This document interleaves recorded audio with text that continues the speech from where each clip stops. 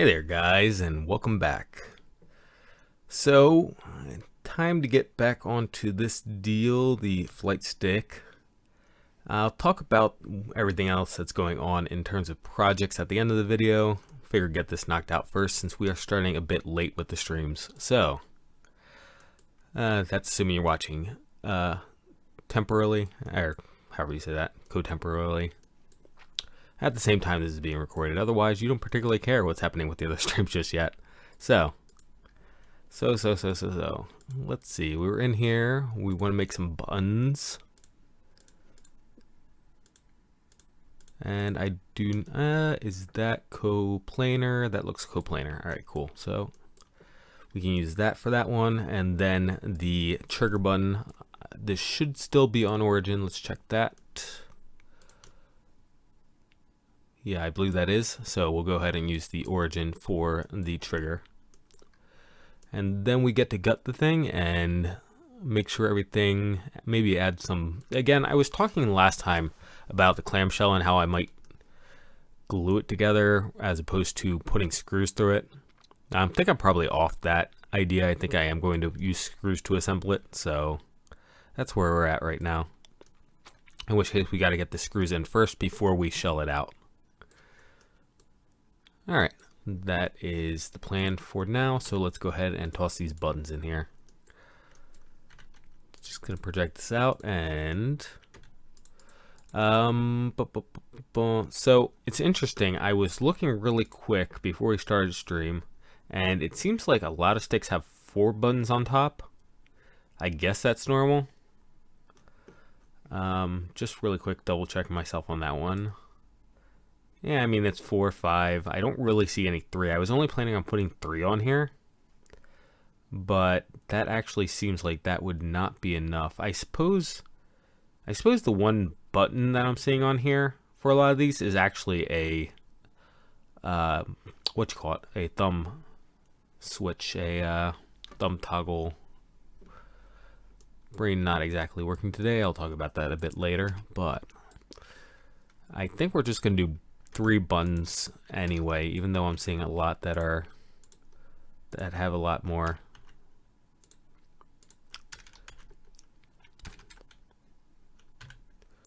Get everything lined up, easy peasy.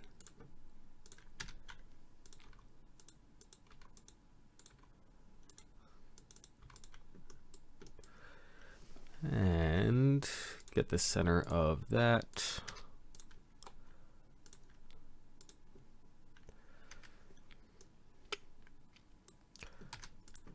I may as well go with 3 equal buttons, I'm pretty sure. Don't see any reason not to. And let's see. Yeah, you know what? About 15 probably is all right. For size, just eyeing up on my finger myself. And then for the spacing, let's go ahead and did I make sure that was centered on there? It looks like I did. Okay, cool. We'll go ahead and just give ourselves a standard. Well, that's the trick, right? So this, if I made this tangent to that, that'd be 3 millimeters on either side. But we have plenty more space. So let's see, how do we want to lay this out? Let me turn the body off really quick.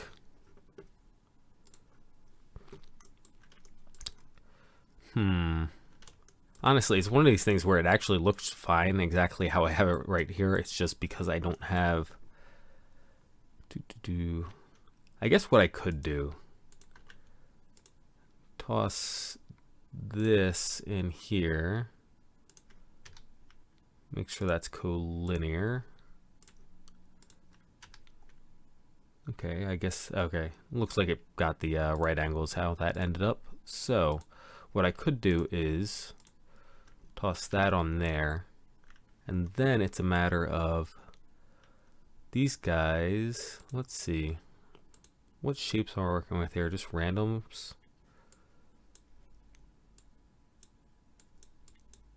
Just trying to drag this around a little bit, and there we go. Just see how it moves. Yeah, I kind of want, I guess, at the maximum width. The only problem is that maximum width, it's not really well defined right here. What other sketches do I have? Can I steal something off of another sketch? And I actually think I can. It's been a little while since we've done this, but I actually do believe I have another sketch. There we go. That one, that's the one I want. Okay, let's project that one out. That should be maximum. Let's turn that back on. The funny thing is that actually doesn't look maximum to me. Let's check that really quick. So I'm gonna delete this right quick, toss this line in here, parallel to that, and make it connect. And right about here, right about, oh, that's funny. It gave me some kind of snap right about there. What was it snapping to? Because that'd be really useful for me if there was a snap point right there. Anyway, right about there seems maximum to me. So that's 49, about 50. And this is, oh, that is 50. So I guess that may just be my eyes then. Okay. Funny because it does look further out to me on the left hand side, but I guess maybe not the right hand side. I guess it is just my eyes. Well, either way that works for me. So let me toss this guy back into here. Yeah, toss this guy back into here like that. We'll get this guy centered on that, and there we go. Got that stuff restrained, and then what I can do is, let's see, probably this 45. How do I like that? Maybe not. What does 60 look like? So it is a thumb controller, so thumb only moves just so much, but I think that may actually be okay right there. I think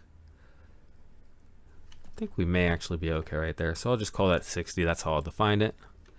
And we will be good to go. Now we just go ahead and name this. This is thumb button layout. And let's see. Now the nice thing about this is, unlike the, sorry, I was just thinking about the fact that this gets split in half, but that shouldn't be a problem. Anyway, the bottom button here, this bottom button, this hole gets cut in half, but that's not going to necessarily matter. So I stopped for a second just to double check my math there. Math should be fine. So the nice thing about this one, as opposed to the other controller we did, the other fancy top that we did, is that all this is flat. So we can actually just extrude this all out. I guess I extrude these one at a time. Or do I? Interesting question. Because honestly, all these buttons are identical at the moment. We don't have any fancy buttons on here. So they are technically all the same component, just positioned at different points around the controller face. So it's an interesting decision on how exactly we want to go about doing the timeline, basically. I guess, all right. Well, for right now, we'll do one component right now, and then I'll change my mind later. Because the alternative to doing one component is to hit extrude right here, do this, and new component. That's the alternative. Let me do this really quick just to see how much I dislike this. So this is the forward way, and I'm gonna say 6 or 7 millimeters should probably be fine. 6, 4. How far up should a button stick? Good question. Or at least the buttons on this joystick at any rate. Let me have a second.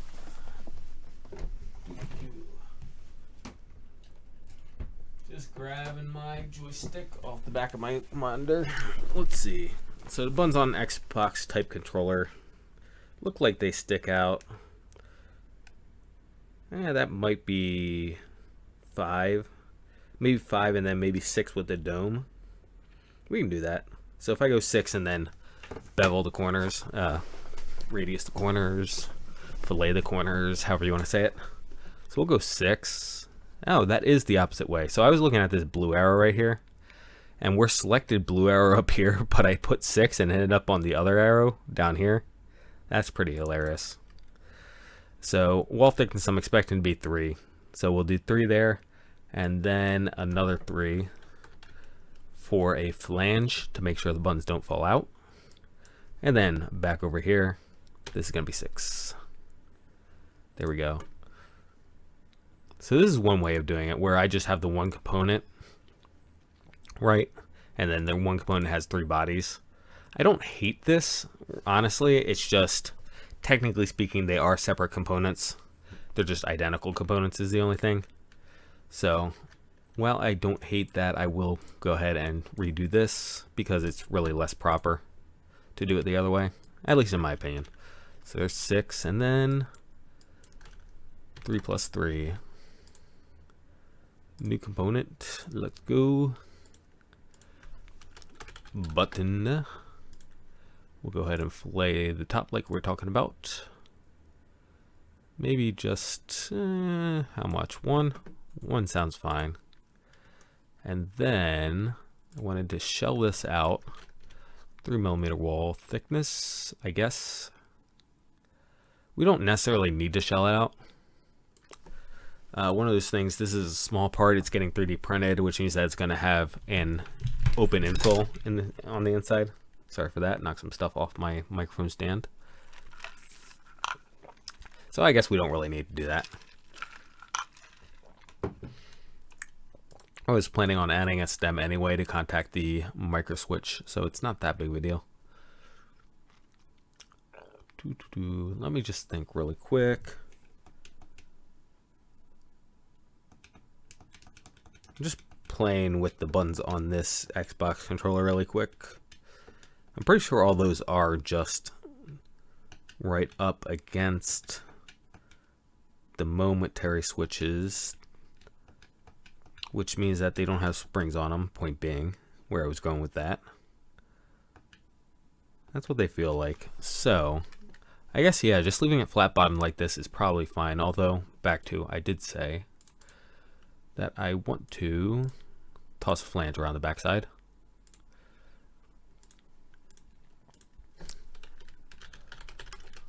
Just so that it doesn't fall out the hole.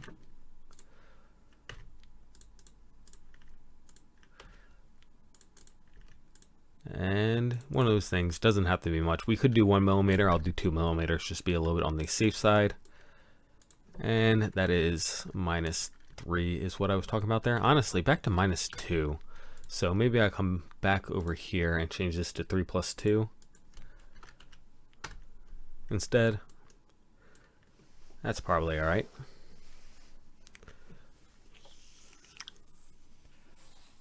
And anything else I want to do here while we're here? I don't think so, because again, this is going to be right up against the momentary switch plate. So, or the, you know, the tactile portion of the momentary switch, which is sitting on the plate. So I think that's no big deal. Flange. Button.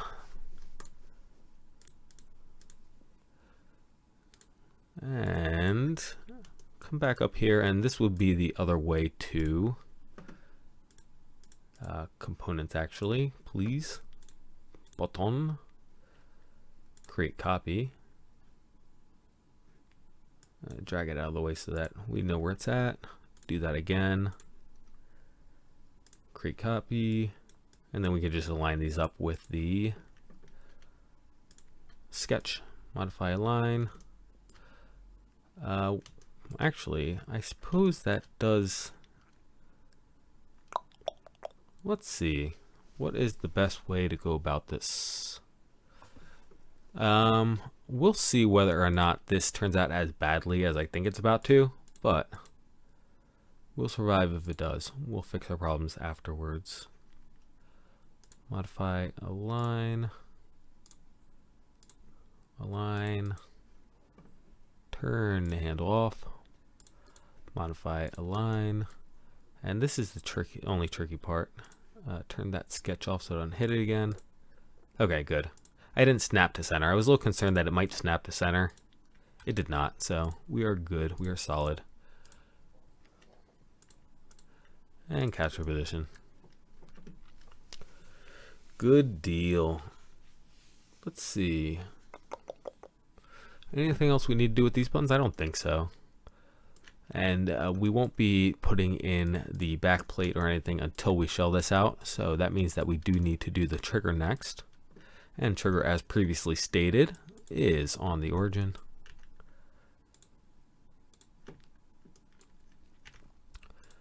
Actually, intersection makes sense. Not the face though, the body. Or profile, I suppose, not the profile of the body.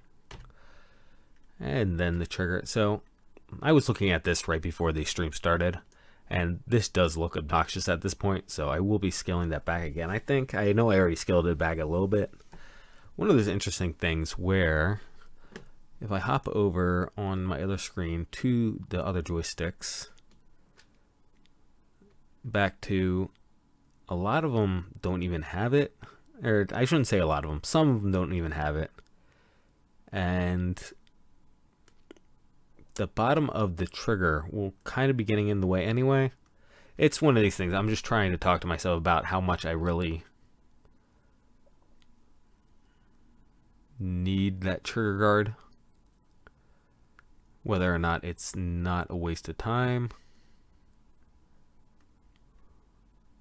I don't know. I think I'll keep it in for right now. Maybe we change the shape of it a little bit. Maybe instead of having this loft, or maybe we keep this loft and then add to it.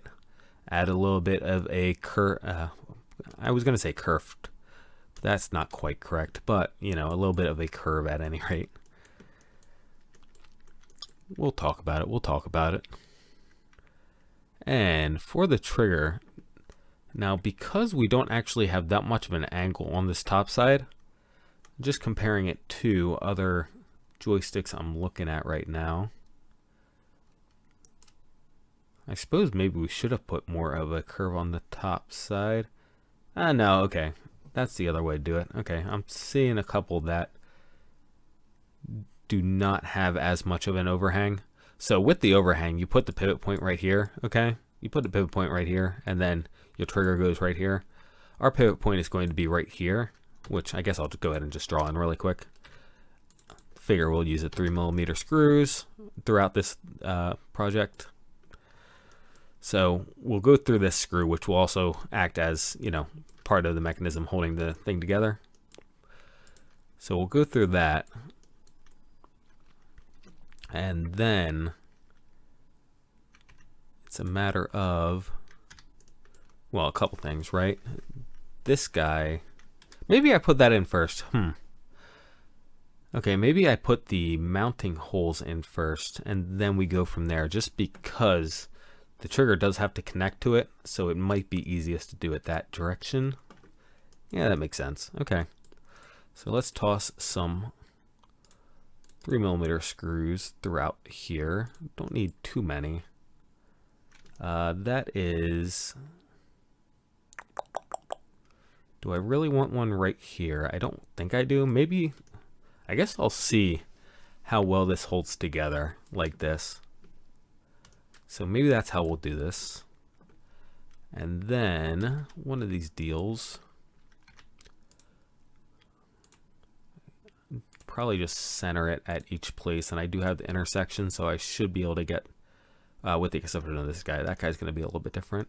But these guys at the very least should be able to get centered on the intersection here to get them confined. And then it's a matter of spacing. So this guy from the bottom, let's say 10. And let me hit the equals button really quick to make sure these are all 3mm screws or bolts, rather. There we go. And then this guy, actually, you know what? Now that I've got them at their correct size, I actually think I can fit one more in the middle here.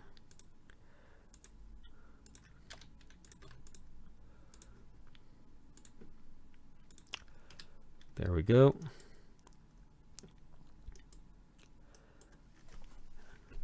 And the equal sign, that's what I'm missing.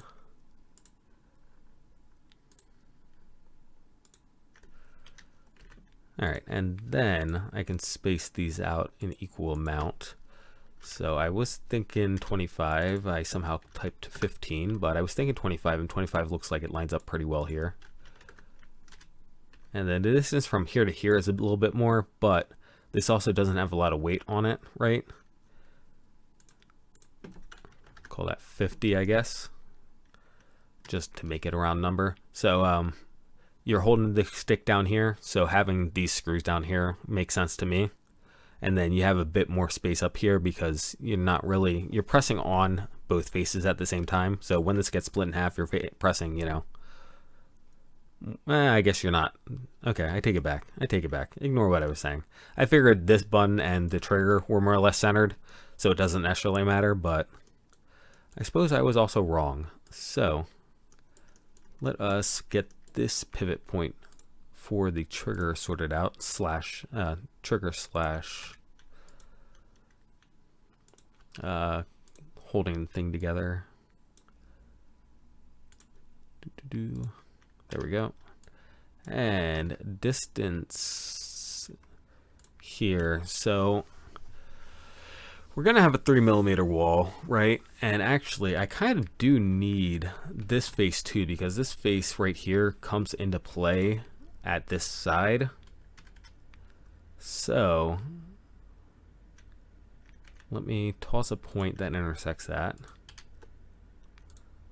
and also turn everything into construction lines. So I kind of want this to be 3mm from this edge right here that I just projected. Let me turn the body off so you have an easier time seeing this. So this makes sense to me, except for that does not work. Interesting. The other solution obviously is using this point that I was setting up and just going like that. So there we go. And that is also close enough to the edge. So I wanted it close enough to the edge so that the trigger doesn't have to be super big. And we got that. This trigger will need a spring on the backhand side here.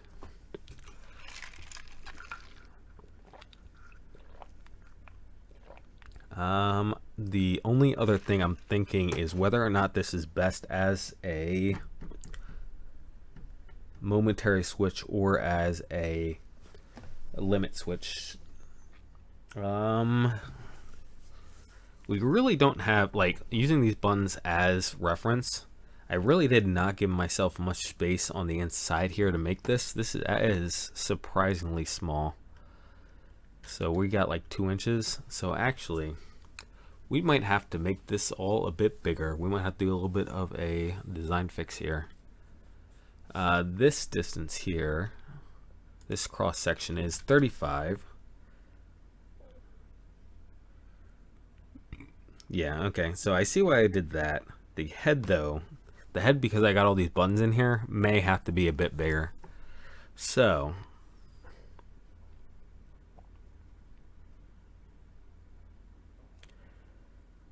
let's see. I'm just kind of visualizing this in my hand. I suppose that is the difference. So let's come over to the camera really quick just so that I can show you what I'm looking at here. Let me make sure the camera's set up. Let's see. Here we go, and let me turn the lights on really quick. The overhead lights.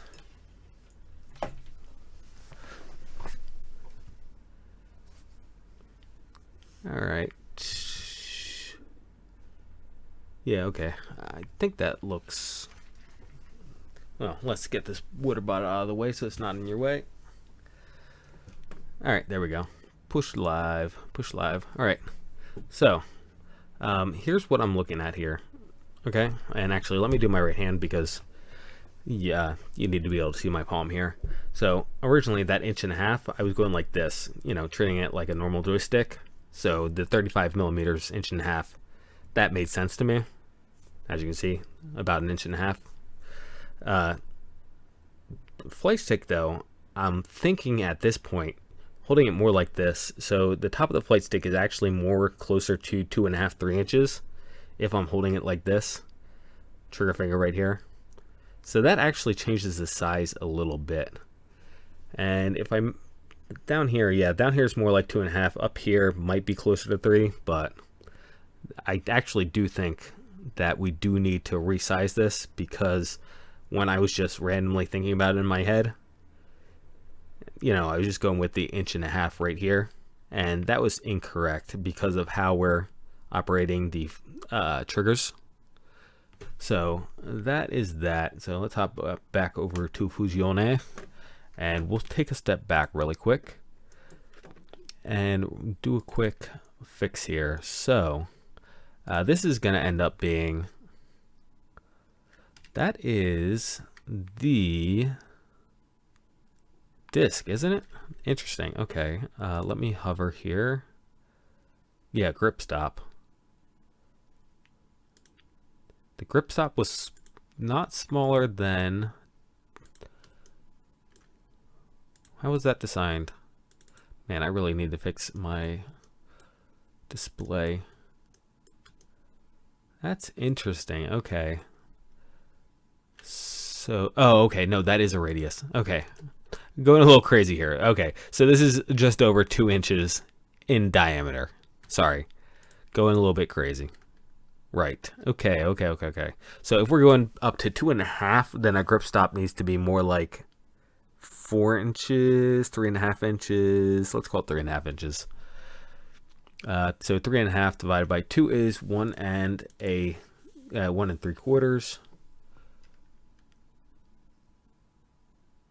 3.5. 1, 2. Math on stream. 1 second.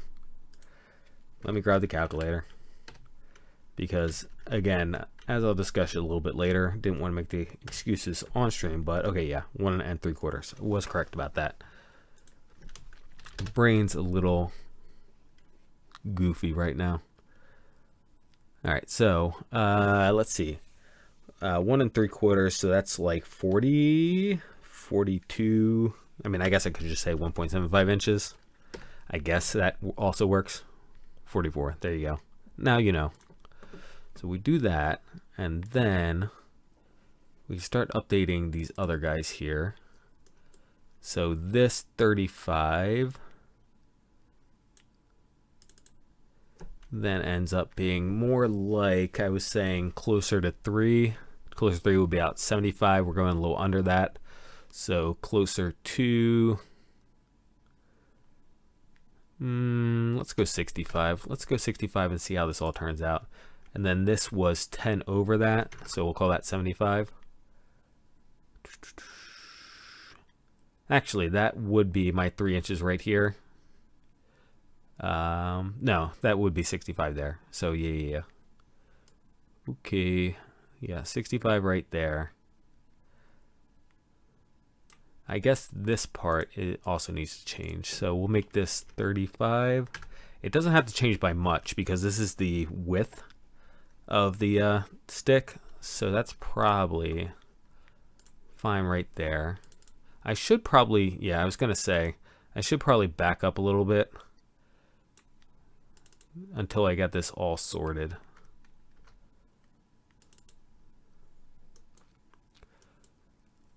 Okay, yeah, and then we just equaled here, so that actually falls over, so I don't actually need to change anything there unless... So this would influence our this would not influence, I take it back, this would not influence our overhang. So, yeah, the reason it would not influence our overhang is because this is simply the loft to the button inputs, and our overhang is actually determined by the face of the button inputs. So that is not something that would become a problem at this point. Let's turn the body on so we can see it, and then hit the next button.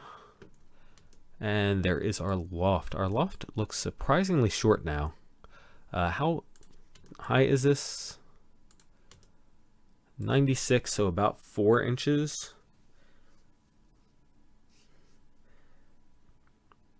All right, you know what? I'm going to change that. So that's 85. I'm going to change this. I'm going to give ourselves another little less than half an inch, just because the hand being at an angle, as you'll recall, as I was handing it, as I was showing you on screen. Actually, no. You know what? That was actually probably all right, because the trigger finger is above this point.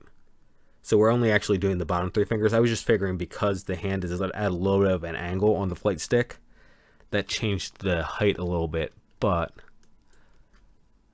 probably an unnecessary worry. So I'm going to go ahead and put that back at 85 where it was at. Although, again, it does look a bit short, but we will go ahead and ignore that for the moment because we are about to, put this part on. So this part, let us see.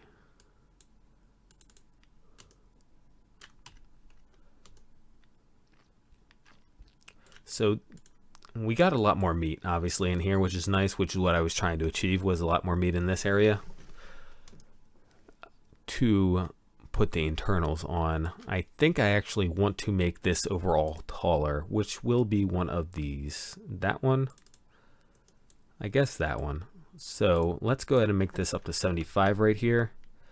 And I will bring this out a little bit. Yeah, I think I will, just because that was awfully skinny. This top part right here is probably fine just like that. So let's hit finish and see how that looks now. And then where is the guideline there? That one. Yeah. So this guy, so back to overhang. So again, if we wanted to trigger underneath, we'd actually want to do something like this, right? The interesting thing is that I feel like I should have a projection on top here that I'm not seeing. So I guess I only ended up projecting a point is what happened here. Yeah, okay, because we're perpendicular, it ended up being a point. It's not the whole entire cross. So, point being again, if we want the trigger to, this may be a good idea. Back to having the overhang for the trigger right here, might just be a good idea. The next question is, so yeah, actually, let me back to my constraints and being anal with that. Let's go 45. This guy, I'll go tangent to that. Can I go tangent to that? Are you going to let me? Click that. Nope, not gonna happen. Interesting, I can't actually grab any of those to be tangent. That is interesting, okay. Let's see. Just trying to determine what I like in terms of looks. Do I have a line down here that I can set this? Yeah, I can. I was actually looking for angle there, dude. There we go. So let's set that at 150 just to give me a little bit. 40, a little bit of constraints. This is going to be parallel to that guy. There we go. And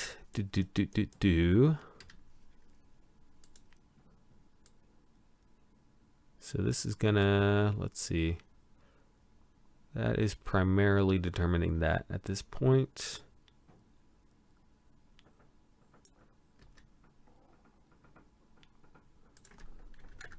One of those things, these numbers actually are just kind of arbitrary based on everything else. So they're not really doing me much good at this point.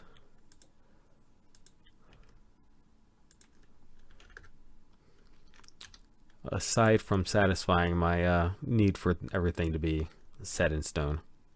That's the only thing that it's really doing for me.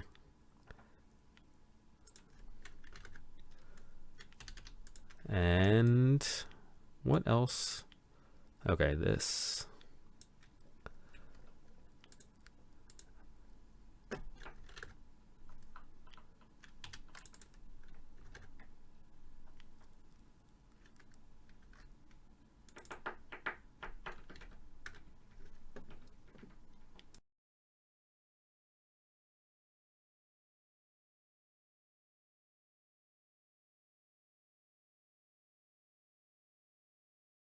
Sorry, give me half a second. It's interesting. I think there's a woodpecker or something on my window. I'm going to open up really quick and see what's going on.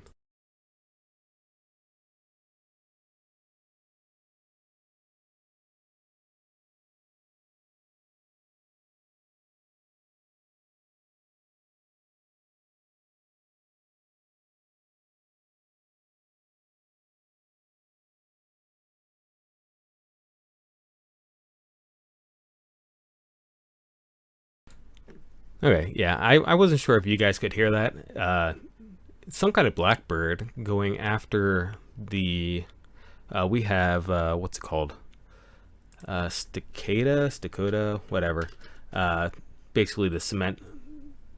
What you call it? The cement coating on the outside of the house. So it's kind of weird for that random blackbird. I'm not an actual blackbird. I have no idea what kind of bird. I'm not a bird guy, but kind of weird for it to be going after the side of the house. Just kind of found it very weird. So that's why I had to stop to check, because it didn't make sense for it to be doing that. It is gone now, though. So I'm back to drawing. And everything is now constrained, right? So I can be happy with myself. Let's see. This gut right here, honestly, is probably a little fat. We probably need to fix that. So which direction are we going? 130? There we go. Like that a bit better. And yeah, I think that's where we'll keep it now. So let's see how that turns out. All right. All right. All right. Not bad. Not bad. Definitely a little girthier at this point, but don't hate it. All right. That's our trigger. What you call it? And that is no trigger guard. That is no longer constrained. So let's take a quick look. OCD. What part of you are unhappy? All right, so let's see. We got 75, 75. We got equals, equals. And we got a distance on this. We got perpendicular and a distance here. We got a distance here, and we got this bisected, right? So I actually do not know what part of this is unconstrained. So Fusion is obviously doing this just to mess with me. Obviously. Oh, this, what is this line doing back here? Oh, okay. That's what that is. Never mind, I take it back. All right. Control Z a whole bunch to get out of here. And step forward. There is that. Now the funny thing is, now that we have this overhang right here, that actually should probably go the other direction. So let's go -3. And okay, if we go -3, we need to fix this.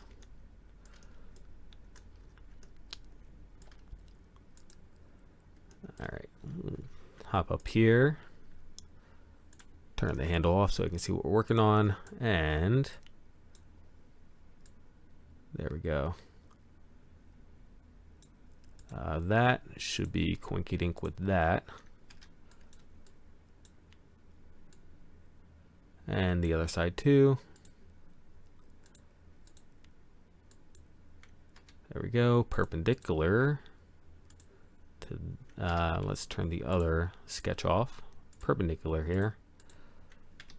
There we go, and then I believe this just needs to be like that, and we should be, oh no, because that is not centered, I guess. Okay.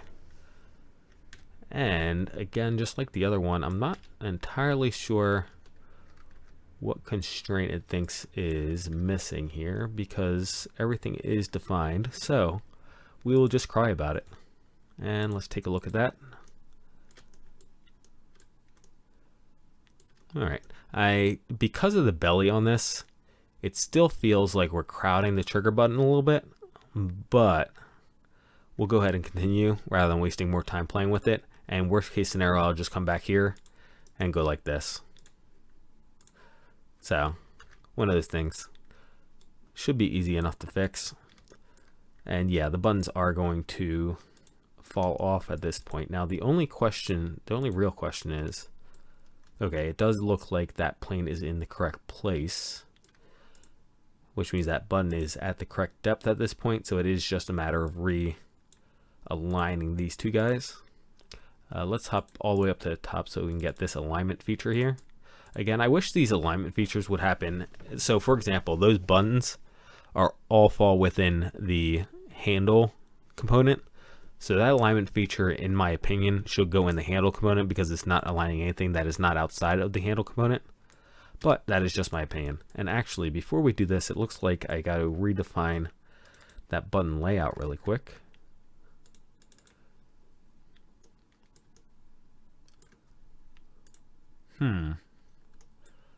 Or not. Interesting. So we do have a lot of dead space down here now. And these do feel a little bit higher than I was expecting them to, but we might actually be okay. So I think I'm going to take that back and go and do what I said I was going to do.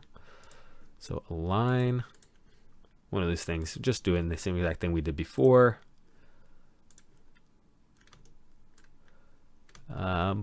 Turn the handle off so I can see what I'm doing. We went with the center of the back last time, so we'll do that again. Technically speaking, the center of the front should be fine as well, but I'm just going to keep ourselves consistent for the time being.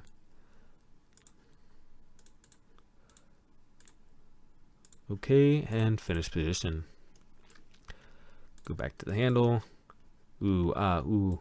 Actually, you know what? Really quick, let me do this just to make myself happy. Could we not do that?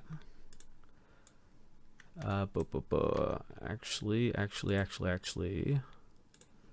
let's try this. Nope, that's not gonna work. Okay. I guess I'll leave them all blue. I guess this is the world we're living in. Back to using the copy component button, links them. Other ways we could have gone about this in order so that they're not linked, but that's not what is happening right now. So let us head on and do this. Oh yeah, this is our whatchalls, our joining thingies. Why are you guys not constrained? That actually is a little mysterious. Oh, okay, you fell off the left-hand side. Gotcha. You fell off the left-hand side. You fell off the front. The front fell off. All right, there we go. And this guy. So we do not need this as close to the edge anymore. Our trigger, I'm thinking, is going to be in this shape right here. So I actually kind of want to put this up here now. The only question is, how do I want to define that?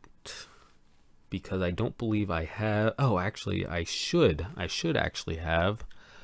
Where is loft guide? There we go. I can project this point.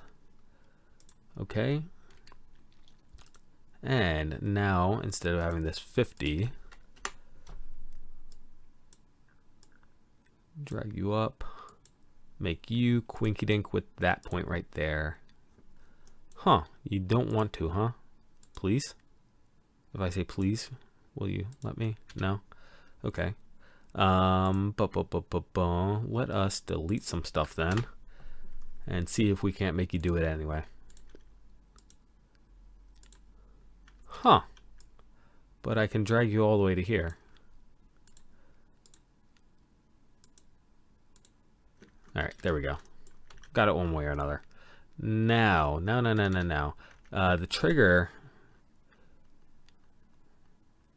Let's see. The trigger again. Let me grab a spline line really quick. Trigger I'm thinking is going to be something like this. And actually probably right about to there. So the center point where it's rocking. Yeah, I guess round about there. Well, what if I reference the center of this? What does that look like? Just so that I have something useful to reference. Good old Fusion double line. Amazing. So what if that is there? Now the button is rocking over there. It's probably not a good place for it. Looks too far into me. So we will undo that. And I guess just define it by distance, I guess is where we're at right now. So distance from this front edge. Go 12. Does 12 look right? One of these things. Don't have a professional opinion on this one at the moment. Not yet. I'll probably get a professional opinion by the time we're done this, but I think this is probably okay, just by feeling. So these are our screw holes now, so we can tell me, okay, well, that is in the correct timeline anyway, because we made it in the correct timeline to begin with, so I don't have to cry. Go ahead and take these all the way through. Distance all, symmetric all. So there's that. And then I guess I do the trigger now. Yeah, I guess I will do the trigger now. This is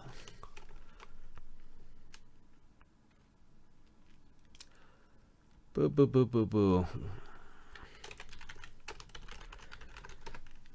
We'll just call it screw placement until my brain starts working again. And do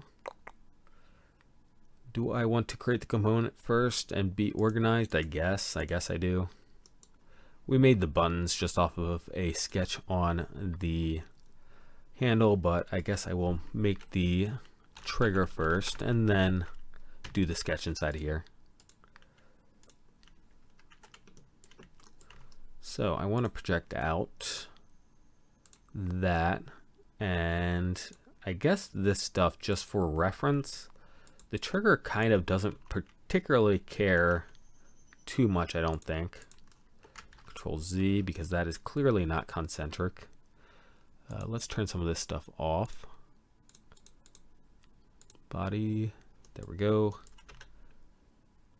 Huh, that's interesting. That hole, why can I not get oh, wow. Huh. Okay, I know why. Okay.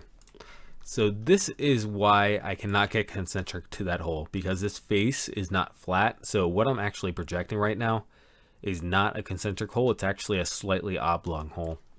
So that is why that is not working. Okay. Let's delete that then and project out just the sketch version of it, because I know for a fact the sketch version is a circle.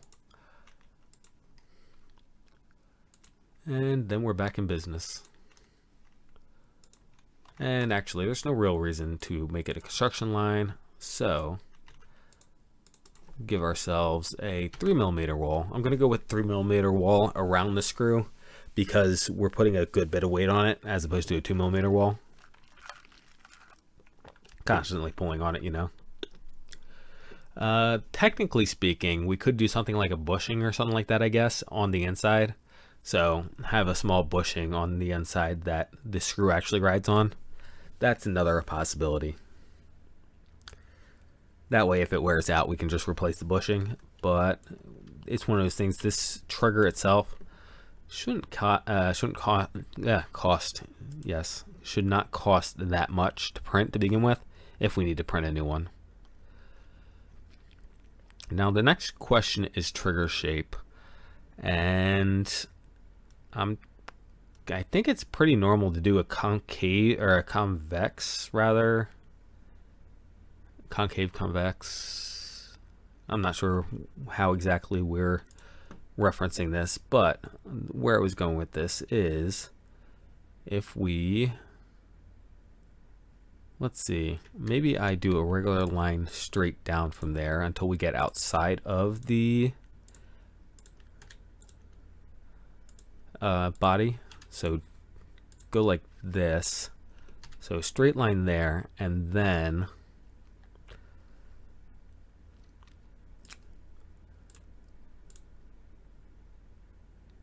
shape it like this is what I'm thinking. And again, I will go ahead and constrain this because anal retentive. This, I kind of want this to be parallel with that, I think. If I can get that parallel with that, I might not be able to. Yeah, because that's a curve. And I don't think I can get it tangential, right? Yeah, alright, so that puts us at referencing the trigger guard down here. So if I ever delete this trigger guard, that's going to break a lot of stuff.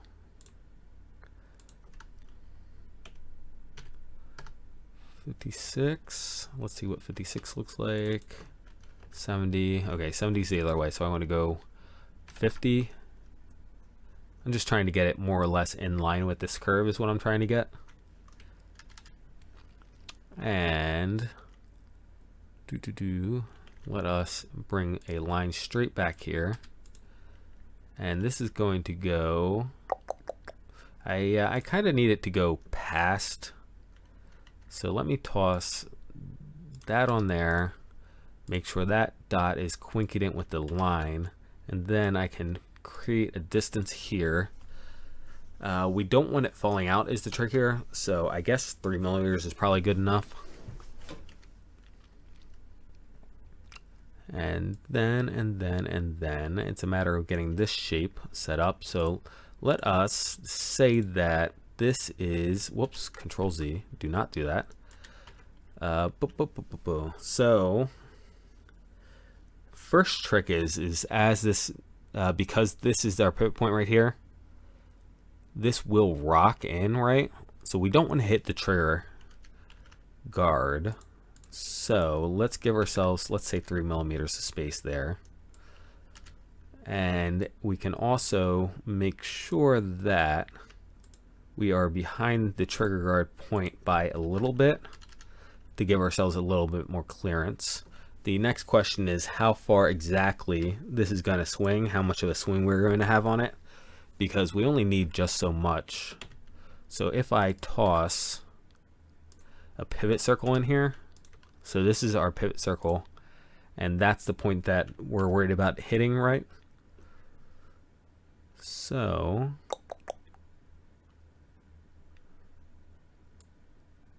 let's play with it a little bit. What can I play with? Is this fully constrained right here? I guess that dot is fully constrained. Okay, so you can see this is how far below we actually get. So we're actually kind of safe right now. And by kind of safe, I mean definitely safe, because that right there is the lowest that the bottom edge will swing. Or I guess that bottom point rather, technically speaking. So let us delete this, or maybe just bring this down I want as much of a trigger as we can get without colliding with this. So I actually, in that case, how I should define this is giving ourselves a millimeter offset here. That makes sense. And then putting that tangent to there. There we go. And then we can play with this all we want.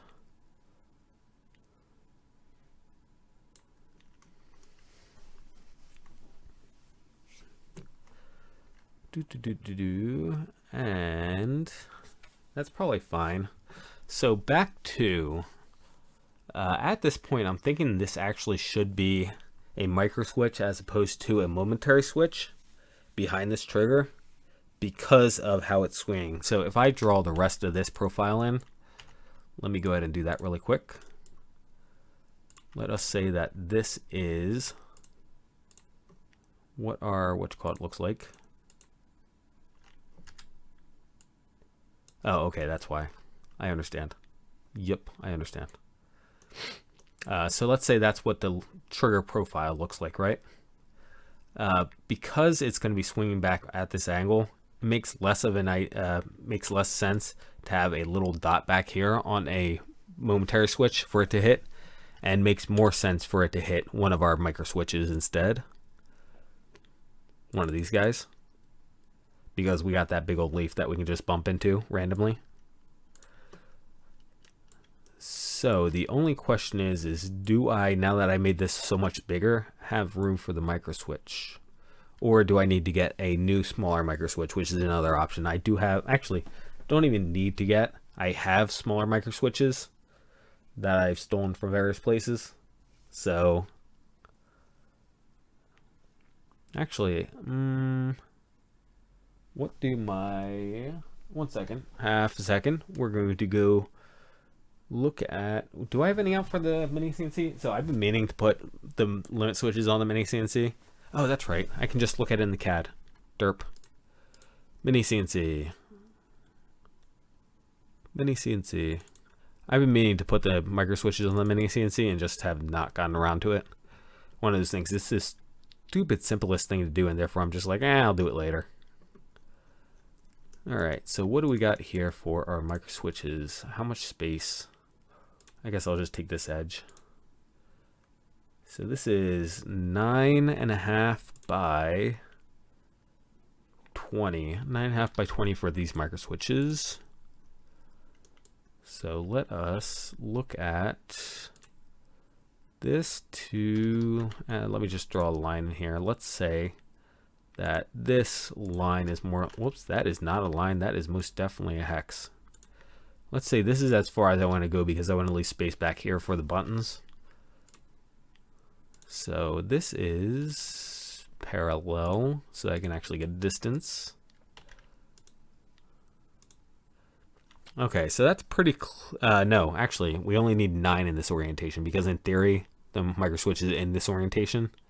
So we only need 9, a little more than 9 because with the leaf, so that's not automatically pressed. So that's actually probably decent right there. So we actually probably are safe with where this is at right now. In which case, let's see, what is influencing this? That is, gotcha. So the movement of the front point there, how much we want sticking out the front. So let's go ahead and find that then, if that is, and not the line, please. I want the dot. Thank you. So let's define that then, if that is what we are dealing with. There we go. And that constrains that, and then the shape of the trigger right here. Do I have any preferences? I don't think so. So, can we tangent you to anything? Nope. All right. So you are going to be an angle just like everything else.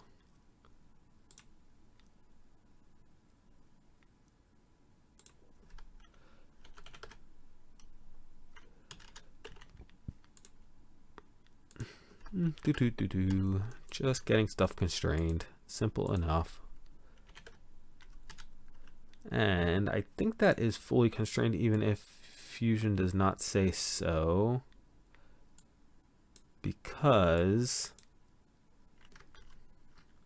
there's that angle there, that angle there, that dot, that dot. This guy right here, I guess, is still, yeah, that guy right there. So I want a 45-degree angle, I'm pretty sure, right here. Actually, you know what? I guess 60 does look all right. So we can do 60 there. And then let's see how this influences. I mean, it's pretty minor. You know, it's unless we do something pretty ridiculous. So let's just stick that at like, yeah, I was going to say 7. Looked like a decent, okay. And that now should in theory be constrained because I don't believe there's anything else that can happen with this. Oh, I take it back. This can go in and out. Let's turn constraints off really quick. And dimensions. Actually, constraints. Let's see. Honestly, I was hoping to be able to turn these green lines off is what I was hoping because the green lines are getting in my way right now.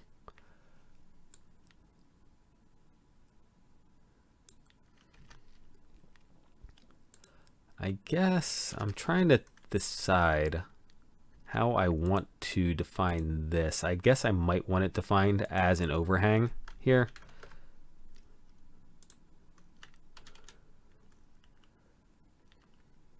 Yeah, let's see how that looks. And actually, this Quinky Dink is incorrect. This Quinky Dink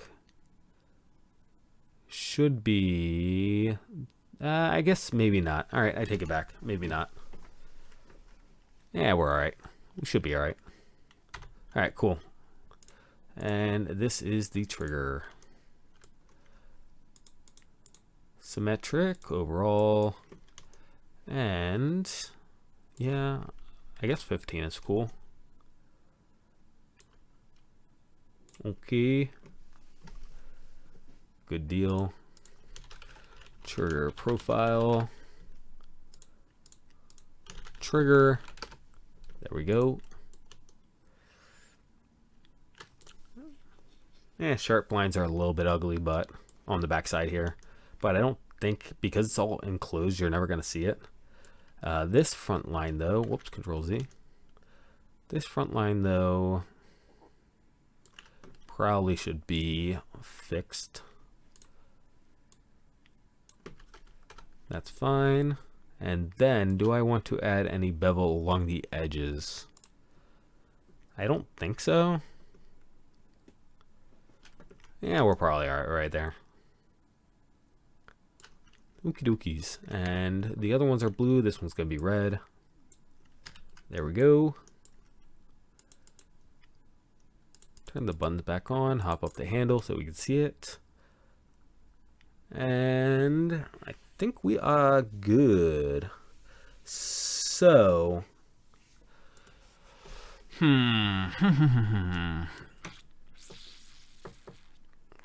so the next question, it made sense to me to split this and shell this, or shell this and then split this rather. Before we split, before we cut the holes on the buttons. So shell, split, then cut holes on buttons. That made sense to me, but I'm not sure about the trigger. We'll have to look at that. Yeah, all right, I guess we just keep on going, and body will be the handle. And 3mm walls is what I've been talking about. Could not create a,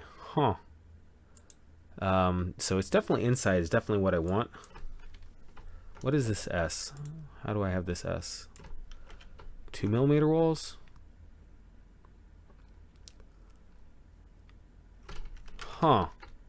What part of it are you having issues with? I'm curious. Let's see. Okay, that complicates issues then.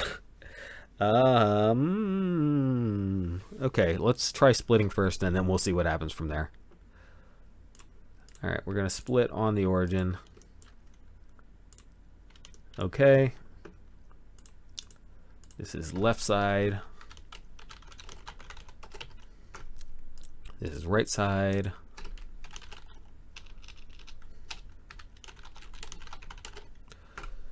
Alright, and now let's try to shell it.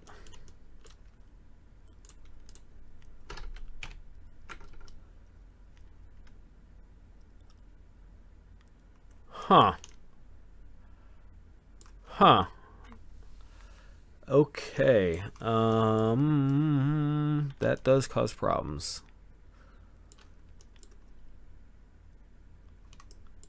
That causes some serious problems for me. Huh. This is the first time I've run into this one. Now, granted, I can't say I've ever shelled on a object this complex. I mean, it's relatively not complex. So, huh.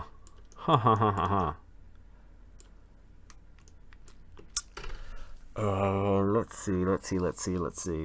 Let us try this. I'm going to project that.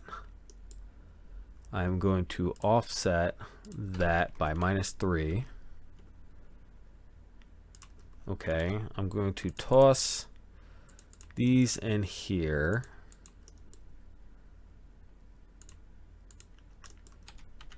And these will all be, let me turn the trigger off really quick. Turn everything off really quick. And body.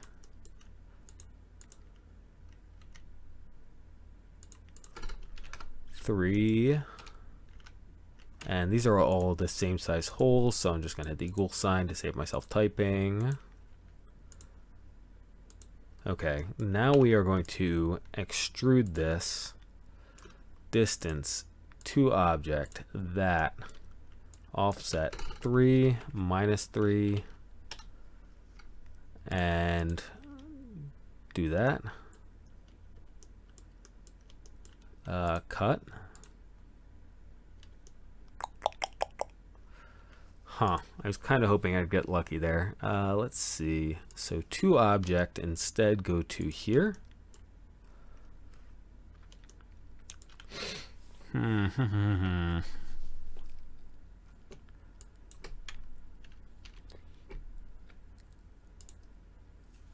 Play with the properties. Hope we get lucky. Fusion crashes. Fusion did not crash. That's good. Okay. Offset 0. Okay. All right. We're getting somewhere. I'll take it. Let's see. What if I do that? That gives me an error. -1. -1. -2. Okay, it's going further. So we need to go the opposite direction. 1, 2, 3. Fusion, you can do it. It doesn't like 3. It will take 2 though. What parts of it does it not like is an interesting question. Huh.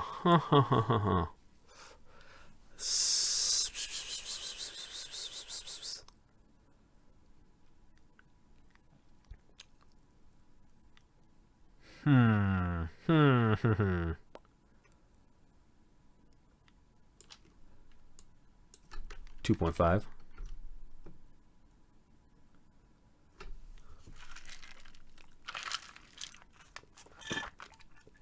Okay. 2.25. I'm gonna get as much as I can. I'm gonna fight you on this fusion.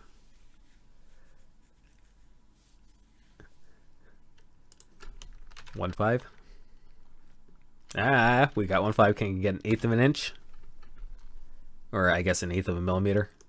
We do. 2, 1/5 of a millimeter.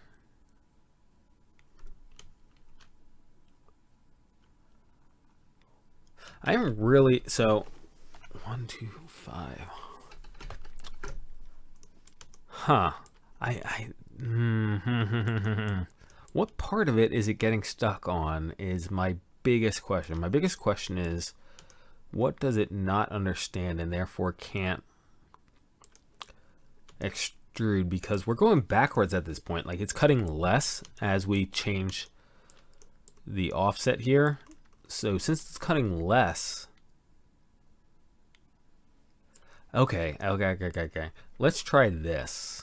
Let us try this and see how this works. Toss this in here. Shoot, which one to go to? Maybe that one? Finish. Extrude. Left side. Distance. To object. That guy. Adjacent faces. 3 millimeters. Alright, so it did that just fine. It did that just fine. At 3 millimeters. I'm going to hit the cut button. And then we're going to try the top half. Distance to object, that tangent faces 3 millimeters. It did that. Wow, so it can do it in 2 steps, but it can't do it at the same time. It does look like this part right here is the part it's getting stuck up on. You see how that is a bit wonky, so that edge right there doesn't line up with, let me turn the stupid sketch off really quick. This edge right here doesn't line up with that edge, and it has 2 edges here. So, well, I mean, it's one of these things. Got it done. Got her done, so I won't complain, I guess. Got there eventually. Okay. Now we just do the other side. So this is going to be shelling operation. Turn it on. Extrude to the other side. Distance to object. That guy. 3 millimeters. Minus 3 millimeters. And I do not have adjacent faces, which is odd. Why do I? There it is. Now it's 3 millimeters. There we go. Actually, you know what? I am really curious. Let's do that.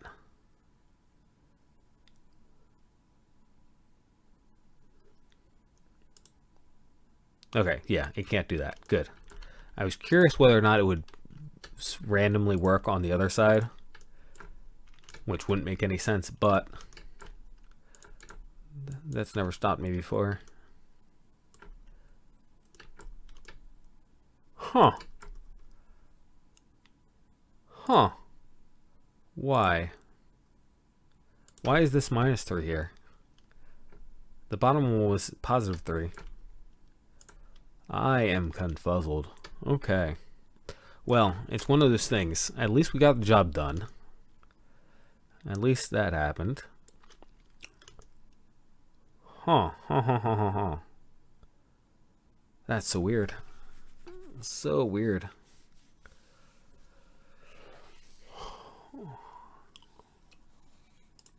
Alright. That is everything else looks aight, I think. I don't think anything broke here. So the next question is, I kind of wanted to, I'm sorry for bumping stuff, put that lip around it so that we didn't have flat faces conjoining here. I kind of don't want to tempt fate here at this point and all of a sudden have an issue, because basically what I have to do is I got to come in here and change this to -4 if I want 2 millimeters a piece, and hope that doesn't break anything. We definitely could do that. It's just I'm kind of happy with the fact that this is working right now, so I'm kind of thinking that we just take it and run. So cut those, and I am in handle. I am in handle, yes. Right side. Wait, did I... Where's my buttons at? Shoot. Control Z. We didn't keep tools. Not that, though. Shoot. Stop, stop, stop. That, and that. Keep tools. There we go.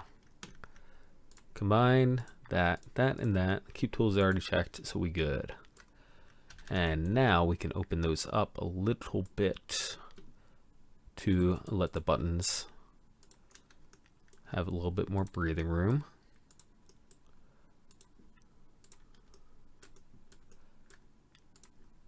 New offset. Let's go 0.2, just because I don't particularly want to have problems here.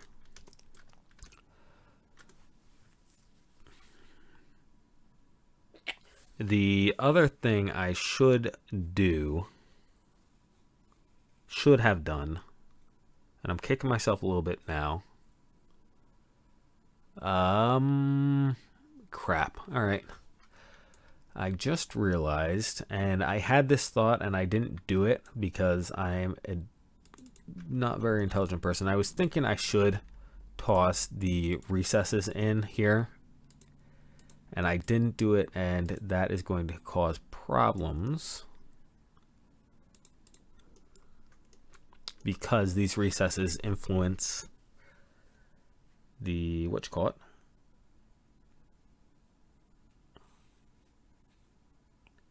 Actually, I guess they don't need to. They don't actually need to, so we could be all right. Okay, we can be all right.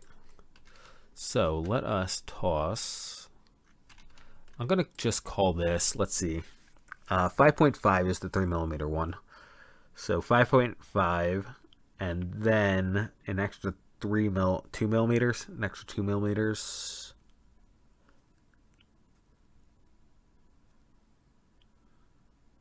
Actually, let's just call this 5.5, and then we'll throw the, yeah, that's what we'll do, 5.5.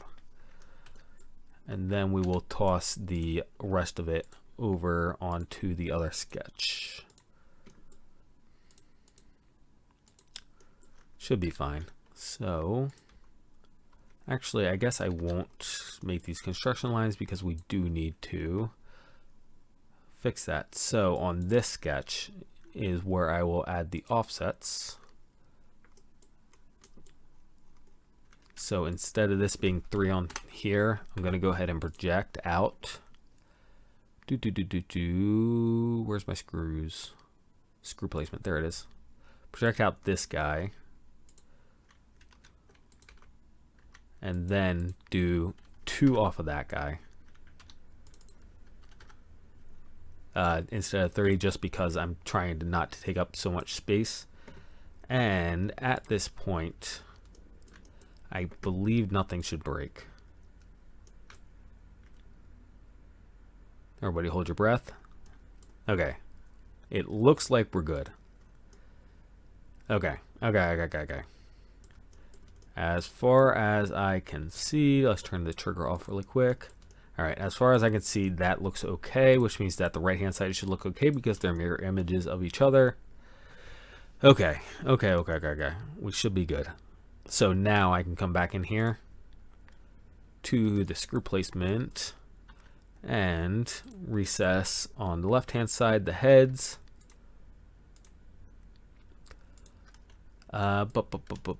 Actually, I can't do all these at the same time, I just realized, because these are on different faces.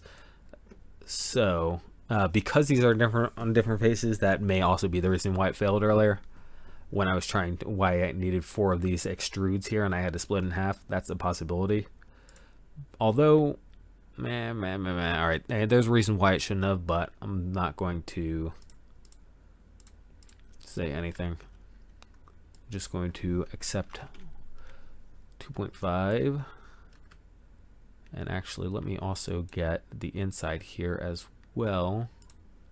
I was trying to get the inside here as well. There we go. 2.5 object there.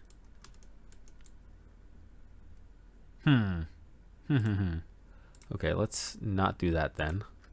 There we go.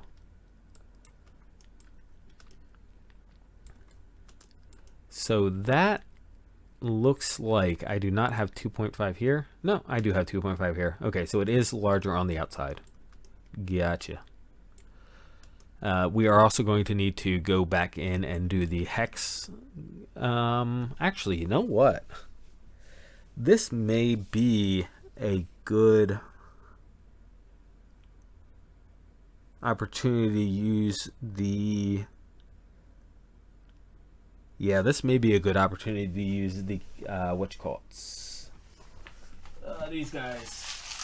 What the heck are these guys called again?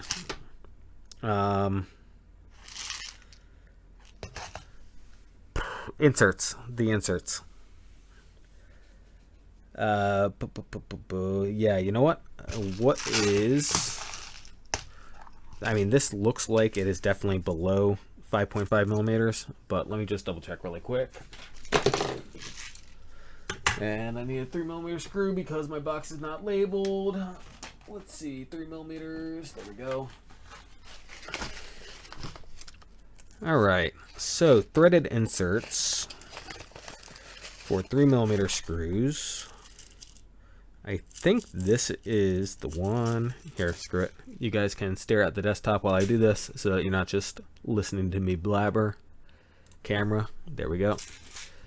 So, threaded insert, just double checking that I have the right threaded insert because again, my case does not have a layout sticker on it. I guess I could make one myself, but that would require effort, and who wants to do that? Okay, that is not 3 millimeters, so neither is that one. Okay, this is my, yeah, that's M3 by 14s. These should be 3 millimeters. All right. Wow, okay, so these ones, what is the diameter on this? Because this almost looks too big. And I still haven't replaced the batteries in my calipers, so 4.9 something. Okay. 4.9 something is less than 5.5, so we've already accommodated for it. So, let's see, 4.9, the question, I guess this inner diameter actually is what I should have. The part, you can see how it has the area on the inside. I think you can. And I turned autofocus off because it was always bugging me, but you can kind of see how that's H-shaped. So the inner diameter is actually you know what? It is time to replace these batteries. Have a second. Let's see. Battery box is right here. And LRs, 44s, I'm pretty sure is what these guys are.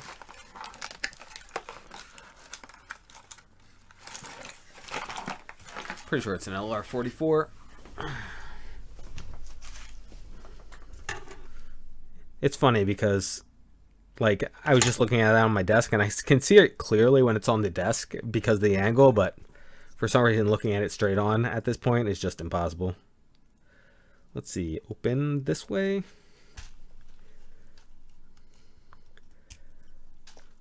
That is a USB port. That is not what I was looking for. Huh. USB port, huh? Wait, is this rechargeable? No, that says RS232, so I'm assuming that's a profile. Oh, there we go. This is the battery port. That is not an LR... No, that is an LR44. LR44H. This is... Oh, this is an LR41. How did I get LR41s into my box? LR44s. There we go. Pop you out, pop you in. So I actually, so that's RS232. I was looking at digital, what do you call it? Digital, Crap, what the heck are those things called? Dial indicators, digital dial indicators. I don't, again, for reasons, my brain is a bit stupid right now, but I was looking at digital dial indicators. As you can see, calipers are now very easy to read. And they also had this RS-232 output, but they wanted like $100 for the cable. And I'm pretty sure, because it's serial data coming out, that I might be able to just write a microcontroller program to parse it. And therefore, I'm considering doing that as a project. So 3.85 is the diameter, I believe, that we set these for, set our holes for. So Fusione, let's close that side tab. I never remember when the side tab is open. Let me double check. Let me Google really quick. Size of threaded inserts, 3D printing.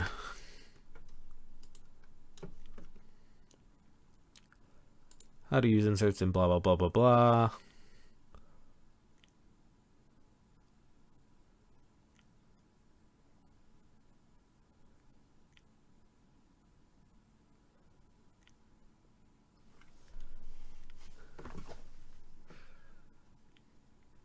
Okay, so it's actually saying figure it out yourself.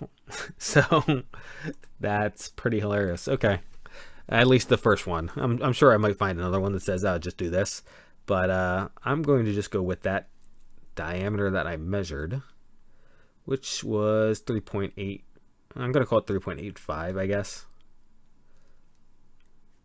Yeah, I'm just going to call it 3.85. So we'll just go with that measurement, and we will go ahead and put the threaded inserts on the inside then. That way they are hidden. And actually, in that case, we do not need to extrude all on this side, interestingly enough. So this does not actually need to happen. So one-sided, flip it, and only do the left-hand side for the heads, for the recesses on the heads. And if we open this back up, because we use the same sketch on both sides, yeah, there you go. So you can see how we still have these pegs that we can use. Before I do these threaded inserts, I actually will want to get the, because I'm going to cut part of this for the trigger, I'm going to want to do that first. So let's see.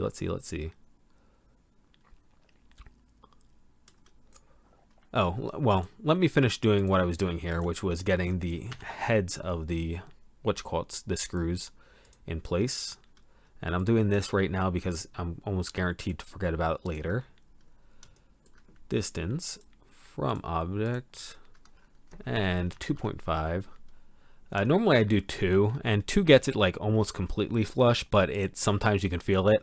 So I want to make sure this is completely hidden. So I'm going with 2.5.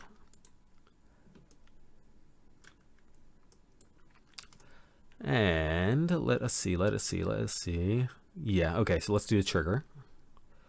So trigger combined that guy with that guy, and cut and keep tools, and combine that guy with that guy, cut and keep tools. And then I was noticing this, how we've got this little bit here.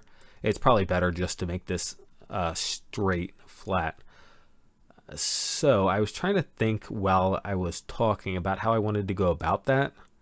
And I think I might just take this back plane here, project out this guy right here in a box. And I am now on loop again because reasons. And then do it like that. So I'm going to toss this plane right here. This is the back of trigger plane. And we may need this plane anyway for doing the plate to mount the micro switch to. That's up in the air still. I might mount it a different way, but for the time being, it's a possibility that this may be useful. So I'm going to project out this guy right here, and probably, let's see. Actually, you know what? I'm thinking I may just size this up by eye, honestly. And the reason I'm doing this like this, I'm doing it this way, is because I'm not actually sure whether or not this should be collinear right here or not. So let me just do this and see how this ends up turning out. Turn that body off, hit that. That's funny, I cannot see the profile. That's fascinating. Let's turn these bodies back on and drag you this way. Okay, come up to handle. I guess that makes sense. Turn the trigger off. Go like this. Turn the bodies back on.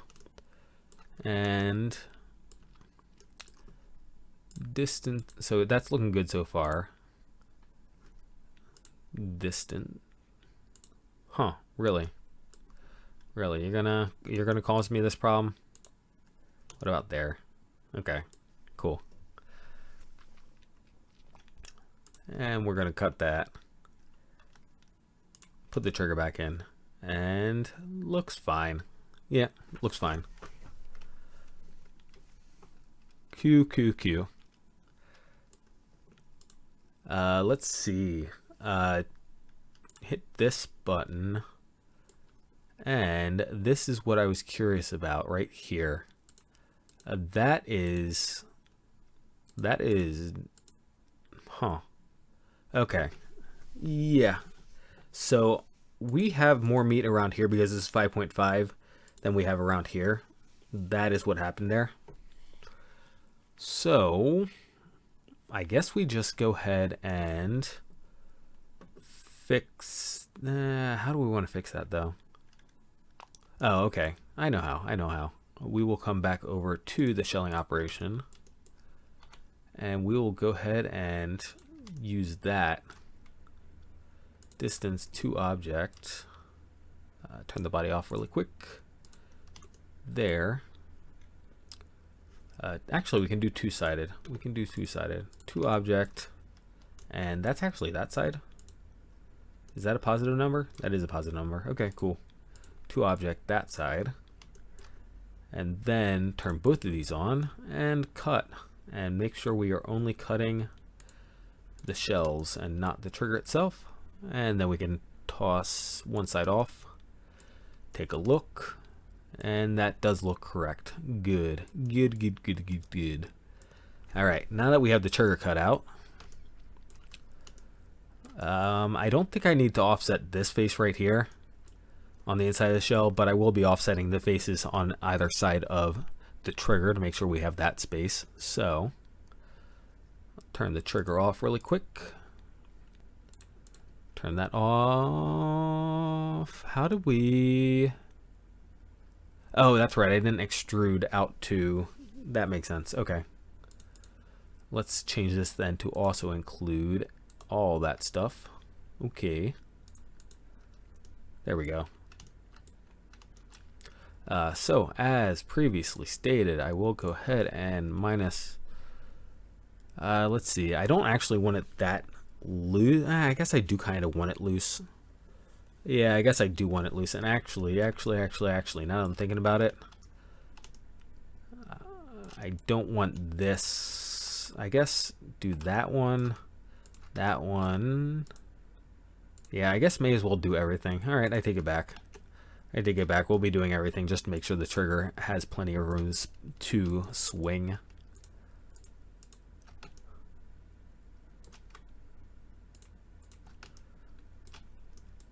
And that guy over there.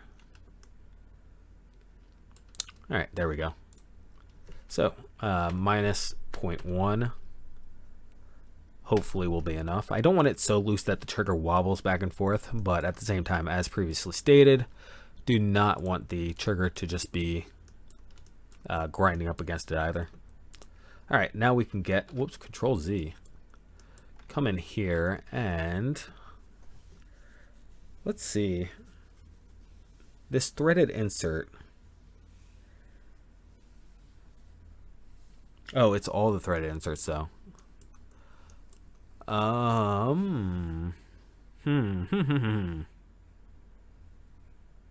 Okay, this is what we can do. We come back here and also do this.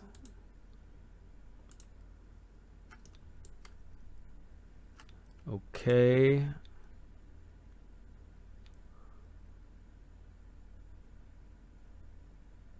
And that top one, please. There we go. That like that.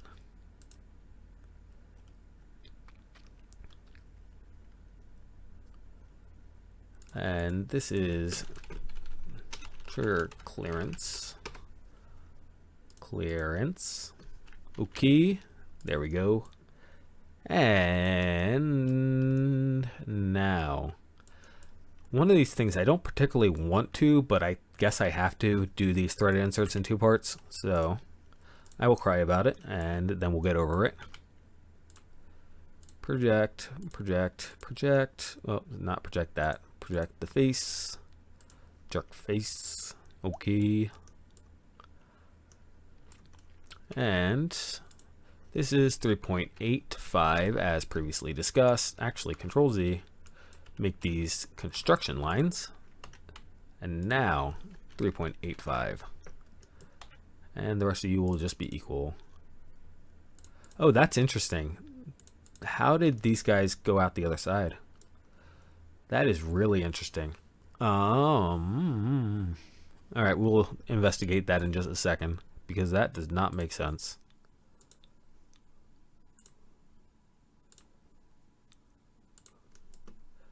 Let me get these threaded inserts done really quick, and then we will, again, investigate.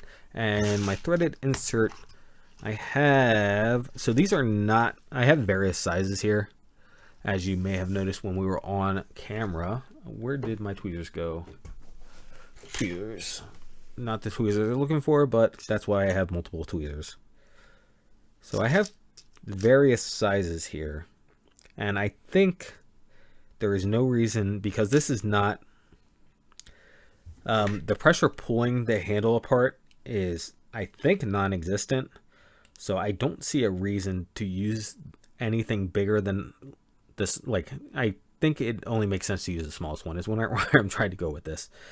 Smallest one measures to 3 millimeters in depth. So let us minus 3.25, or I guess positive 3.25, just to give ourselves some clearance, just in case. I was gonna say just in case, but it may be better for me not to give myself any clearance, because we're gonna have to yeah, let's not give myself any clearance. So when I push these into here, right, there's always the possibility with threaded inserts. Well, they make jigs. They do make jigs, but there's a possibility with threaded inserts, if you're doing it by hand, which is what I plan to. And by they make jigs, I mean I could print myself out a jig. But point being is, there's always the risk that you go too far with it. So to attempt to alleviate that, I'm going to go ahead and only do the 3 millimeters here. And then that should hopefully give myself a little bit of resistance to notice that I'm going too far. So this is from the face here, and 3 millimeters. Okay. And now these guys on this one, not on this one, but on the lower one, went all the way through, which does not make very much sense, because we had the offset here. Okay, that is not the one I'm looking for. Over here. This one.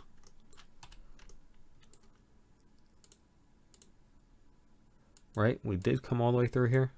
Yes, okay. So right here, we came all the way through, which is weird because we're stopping 3 millimeters short. So those holes are further than... How did you guys...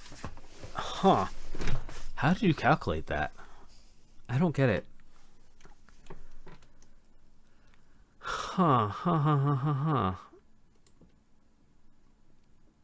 Okay, you know what? let us undo that and hit OK. And maybe I just do those separately, I guess. Shelling operation, 3 millimeters. Distance to object to the inside. Huh. That is fascinating. I can't actually do the inside. If I do that, do that, do that, 3. That goes further. This is -3. So -3 works here, but the other one is +3. That is weird. Okay, whatever, we fixed it. I'm not going to spend too much time trying to understand that one, because hopefully that never happens again. Hopefully we're never in this situation again. And yeah, that hole worked, right? Huh. Fascinating. Fascinating, Fusion. You make some bold decisions sometimes.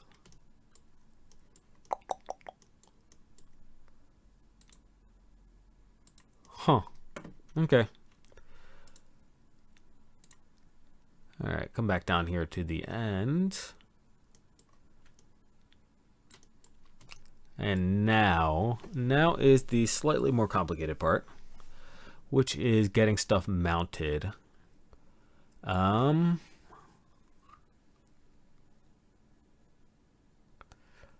thinking maybe the easiest way. So I had this idea earlier and I didn't put it in, but I was thinking maybe having 2 more screws up here and using those 2 screws, those 2 through screws, to hold the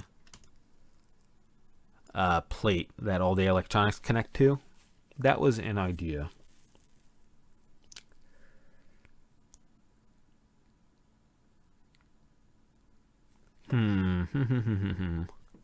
The other idea. So back to, I am hand routing PCBs at this point, but there's not really a need to do PCBs, right?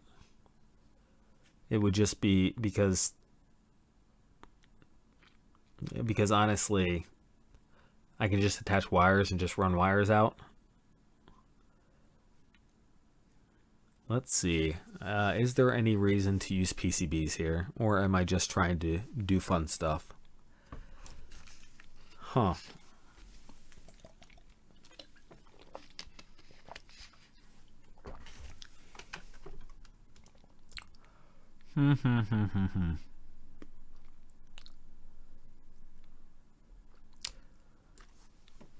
Let us, while I'm debating this, go ahead and bring in the micro switch. Let me copy this over. Copy.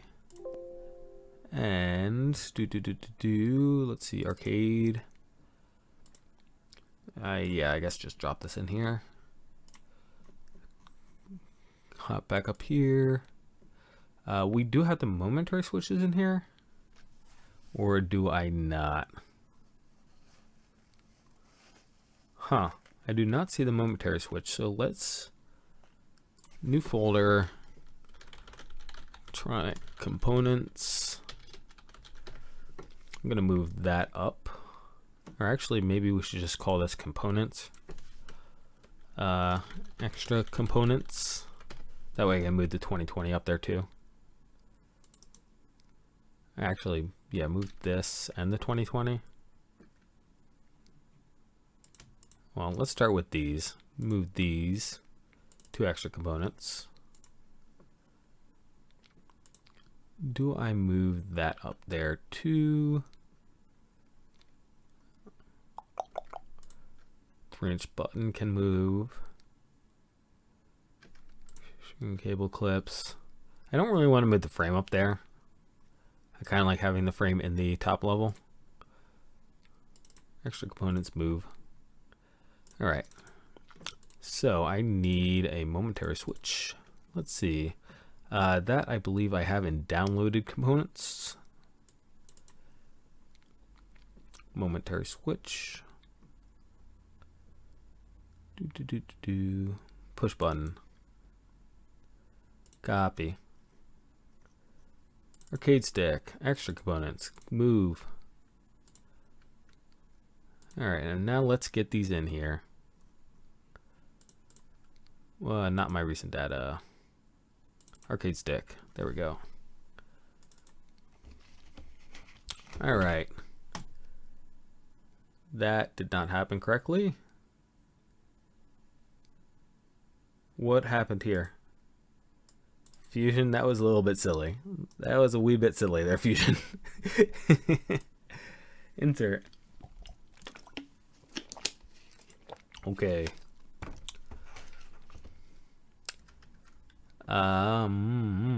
Actually, you know what? I probably shouldn't have inserted it right there. I should probably make the component first. That way everything's in the same place. So, new component. Button plate. Button plate.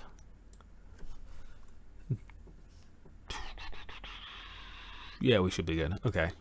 I was just trying to think with the buttons inside these holes, right? I was wondering how much wobble there will be, but so long as I have the momentary switch pushed all the way up against it, we should be fine. It shouldn't really wobble the buttons in there. So, should be good. Let's get this inserted into here. I think I just clicked it. Not really sure. Try again. Alright, there we go. Modify align. Center of that to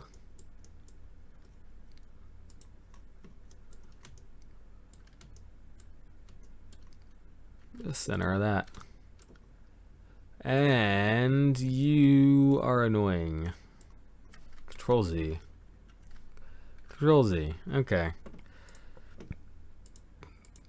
You are not one complete object. That is frustrating. We can't add it in place, so let's open this up. Assemble rigid group. That. Okay. Save. Okay. And close. And this is the CNC. We can close that. We can close that. And now we can go ahead and update that. And actually, while I was over there, I should have turned off the... Actually, which origin is that? Okay, that's it. That origin there. Okay, good. Good. Alright, let's try this again. Component, aligning that to button number 1. Button number 1. There we go. Good, great, excellent, thank you. Capture position. Create a copy. Component. Push button. Create copy. Move. Okay.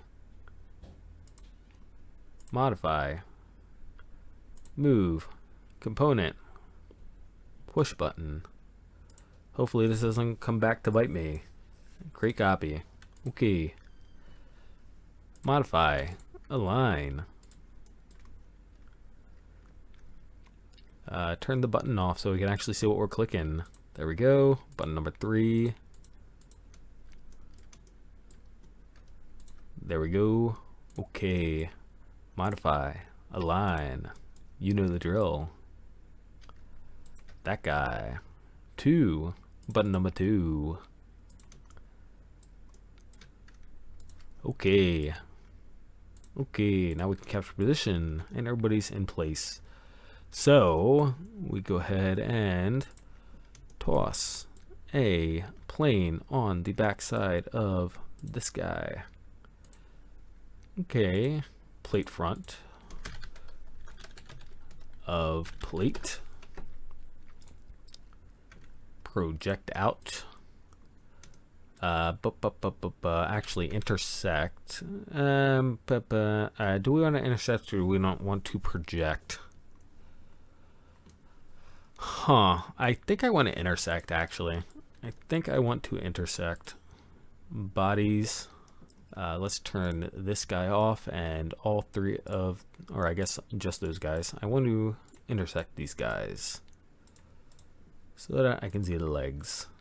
And then we will build the box in reference to that and turn the other sketch off. There we go. That sketch was the threaded inserts. There we go.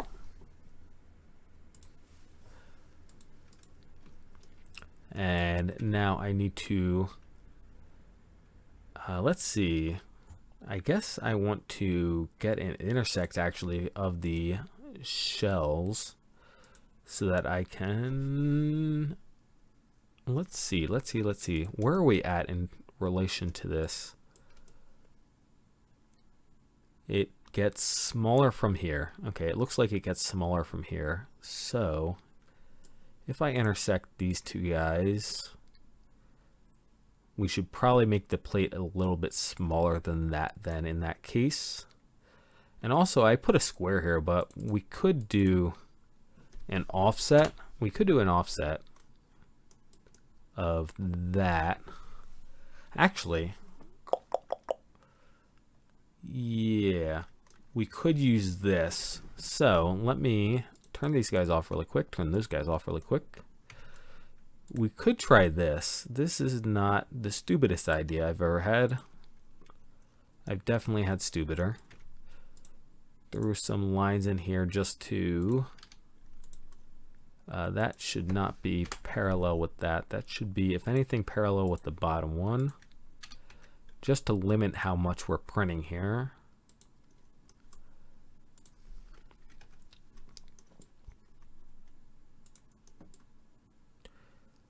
Actually, you know what? Rather than 3, I guess maybe 5 would be more appropriate. And that is because the box on the outside of these feet is going to stick out, and I probably want to cover that all up just for aesthetic reasons. So, point being is I'm thinking of doing this. I want to say 2mm thick. Let's see how that looks in relation to these guys. Okay, yeah, that should give us a little bit on the outside in theory. One of those things, theory does not always line up, but my point being is that then I was thinking about doing this. I was actually thinking about hitting the combine. I guess do this first then. Hitting the combine button here just to make sure that we're keeping inside, and then on top of that, offsetting these faces. So then coming back in, and what did I just click? I'm trying. Okay. Control Z, Control Z, Control Z, Control Z. I don't know. Fusion sometimes is silly. Why can't I? Huh. I cannot select faces right now. That is fascinating. There we go. What?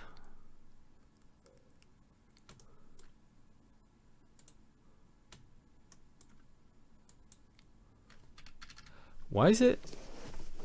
This is weird, man. So it keeps on trying to select the left-hand side. Do you see this?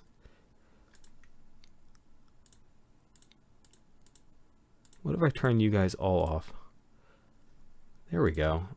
Fusion, stop with the drugs, man. Alright, anyway. Anywho, actually, I shouldn't have to do the top and the bottom. It should just be the left-hand and right-hand side. Then, point being is that give myself a little bit of an offset here. Let's say 1mm. Just 1mm gap in there so that when I do this, and let's go ahead and get a section analysis right here. using that. And then we can just drag back until it looks good. So you can see how that kind of floats in there, right? And then the plan is to throw some little connection plates over to connect to it. That is my plan. And do we have space? How far do I have between the inside and the outside here? Because I would prefer to put... Okay, 6.25 is more than enough. Okay, so yeah, we will go ahead and...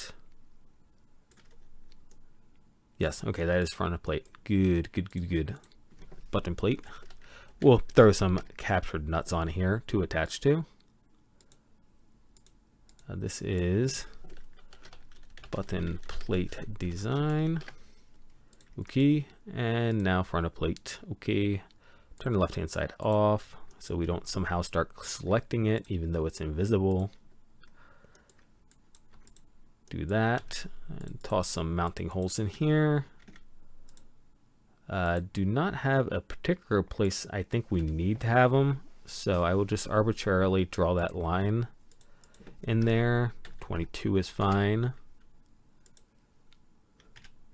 Draw another line. Make that line center point on that guy. And then get these circles on the ends of that line so that they are centered on, whoops, so that they are centered on the other line. There we go. And then one of those things, toss my captured nut in here. That is not a nut. There it is.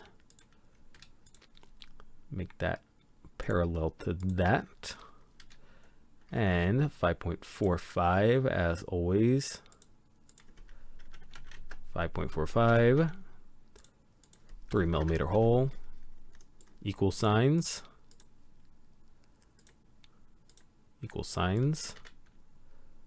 other one over here, parallel to that guy so that it always knows which direction it is, and equals to that guy.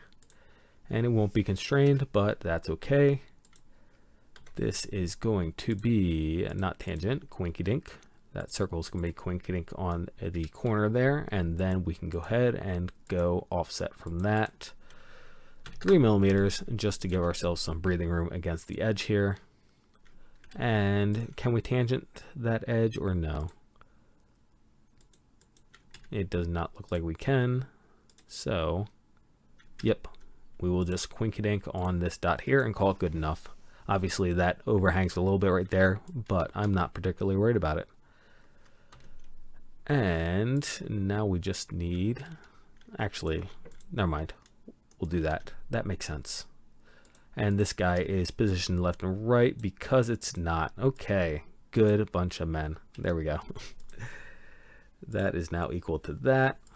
And we have once again succeeded in making captured nuts.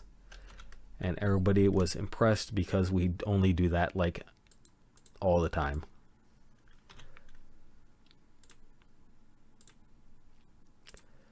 Distance all. There we go. And we can go ahead and grab the back of the plate now. Back of plate. So this is mounting holes. This is back of plate.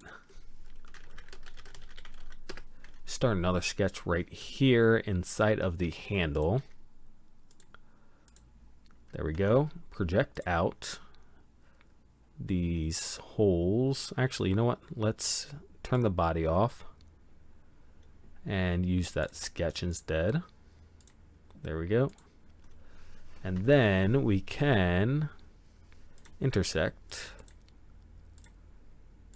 these two guys. I guess I didn't need to turn them on in order to do that. And just toss some lines over. Actually, not just toss some lines over. We'll go ahead and do an offset again. This should say button plate. There we go. Toss that in there.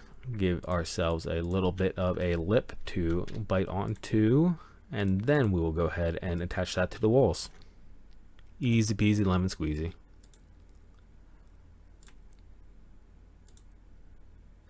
And the magical fusion double line makes another appearance twice today. Not as bad as the other stream, and I cannot get tangent for some reason. I believe our record is 3 times in a stream for the fusion magical double line. That's all tangent, yes. These should not be parallel. That should be quinky dink. Let's just make sure that all these dots are quinky dink. And then we are going to just go ahead and make these all horizontal. That did not end up horizontal. Rounding error. There we go. And that is interesting. So that is 8.164 and that is 8.164. Okay, it did not look like the same length on the left hand right hand side, but it says it is, so I will assume that it is. Turn these bodies back on. And 3 is fine with me. Hit the join button and hit OK. Turn the left hand side off. That looks fine. Turn the right hand side off.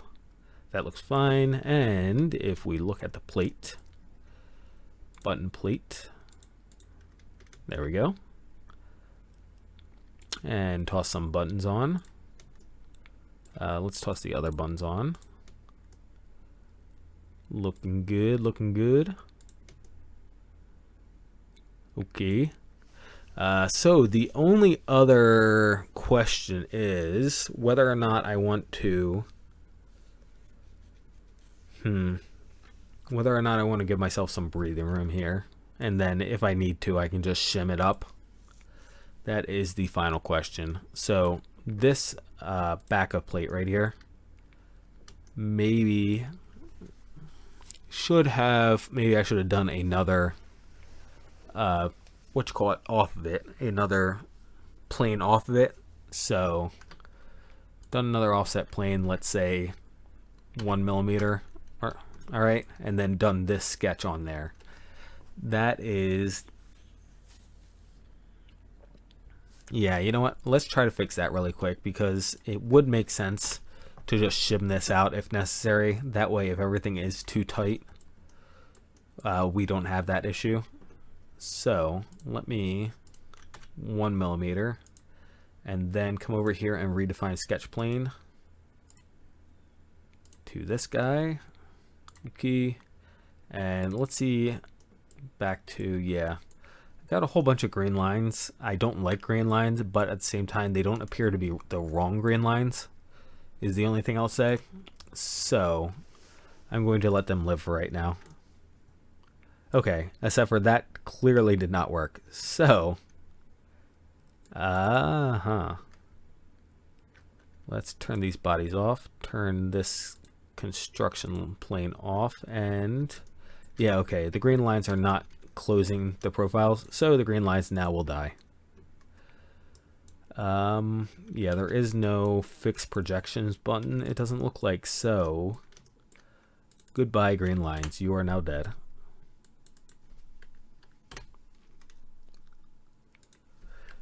A little bit annoying there is no fixed projection lines button in Fusion, but unless they break. So if they break and they turn red, then it lets you do it. But if they just decide, okay, we're just going to call this green now, then you're screwed, unfortunately. I'd much prefer to have an option. You know, it should in theory be the same exact option, the same exact dialogue that pops up as a fix your broken profile, broken projections dialogue. It's not though, so. This is button front of button plate mounts. There we go. And now back to your previously scheduled program and project. Turn that guy off. Grab that guy. Turn the body off. Turn the buttons off. Turn the micro switches off, or momentary switches rather. Okay. Turn that guy off. Look at it. Look at it. Thank y'all. And make the connections.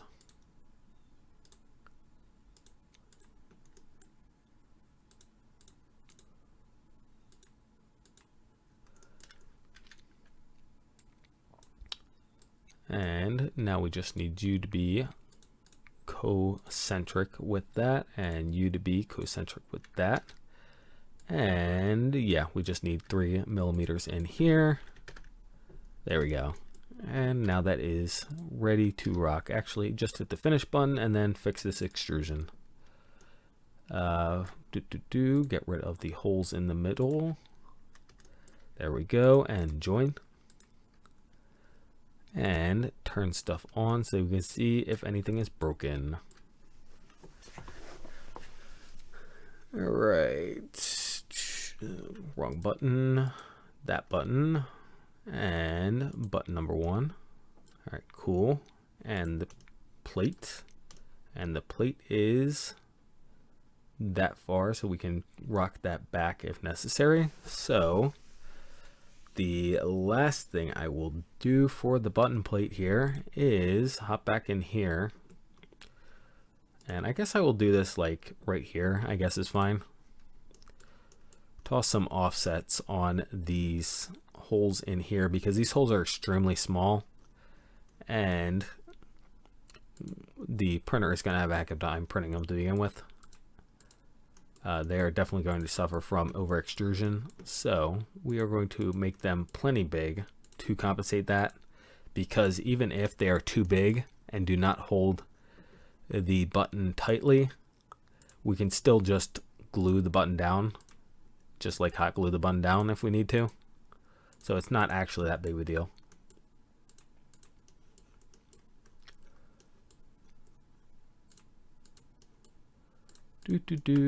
Get all the faces and then offset them by a bajillion. All right, time to rotate to see the bottom corners.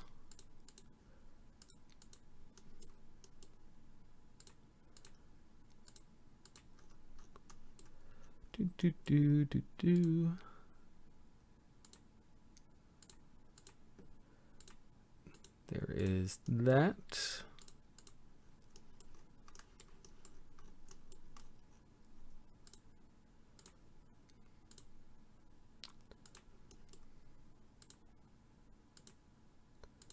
And there we go. So minus 0.25. And they are now huge, and that's okay because again, we can always glue the buttons down. Better for them to be huge than for me to print this 3 times trying to get the correct size. And I just realized, I don't know when this happened, but somehow... Oh, okay. That's how it happened. I turned these into construction lines, and I actually don't want those to be construction lines, because they need to cut off these sides here. There's that, and get in here. There we go. Groovy. All right, cool. Good deal. Now the triggers plate. So let's come up here to, actually no. That's button plate, so we want to new component, trigger plate. There we go. And now I will go ahead and insert in this micro switch because it's significantly smaller. And we are going to position this as previously discussed by grabbing the trigger. I'm going to line up this top edge with the trigger, and actually, you know what, I guess rather than the top edge, the actual button would make more sense. The only real question at this point would be how much throw we want on this button. How far back does it want to move? Let's see. I'm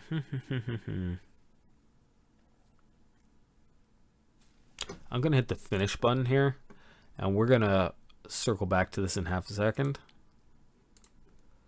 Trigger. I'm going to hit the back button and then the forwards button. And this back of trigger. Actually, no. Never mind. I take it back. We are going to come down here. Oh, that's interesting. I was not at the end when I imported this object. Where did I import that at? Okay, we were not at the end. Get to the end, please. All right, so back before I import this, I'm going to go ahead and inside of, there it is, the trigger plate. We'll go ahead and put that plane up here first. Back of trigger, again, we're going to offset this.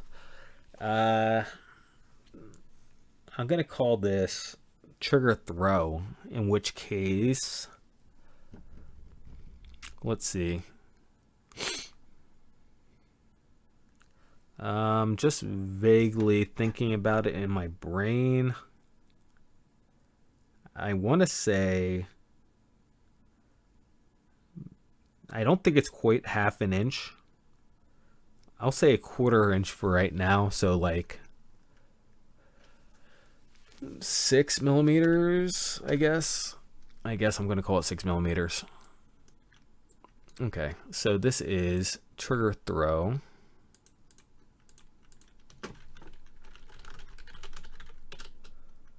So that's how far back the trigger needs to move. Now again, the trigger is rotating around here, so it's not moving in a linear path in this direction. It's not moving perpendicular to this face, which is how this plane was defined. But we're not going to sweat the details there. We're going to say good enough. So now I'm going to come here. And after, there's the alignment. So after it gets lined up to the back of that, then I can go ahead and rotate it, or not rotate it, but slide it back to this plane. There we go. And obviously the leaf is right there, but well, let's see. How do I want to, so the button plate, because this is a micro switch rather than a tactile button, I kind of feel more comfortable having it mounted on the side actually.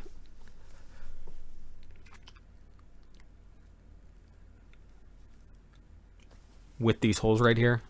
So I'm actually thinking in that case then I can introduce, so how much is this to begin with? This distance in here, that to that, that's an angle, but can I get like an minimum and maximum distance or something? I guess not. So that edge to that wall. All right, 18 millimeters is a little over half an inch. I'm just a little concerned. Basically, I want to put this on adjustment slot.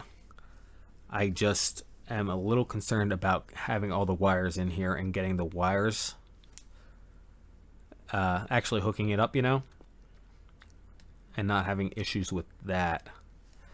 It may not be that big of a deal. Now it's one of those things back to PCB, right?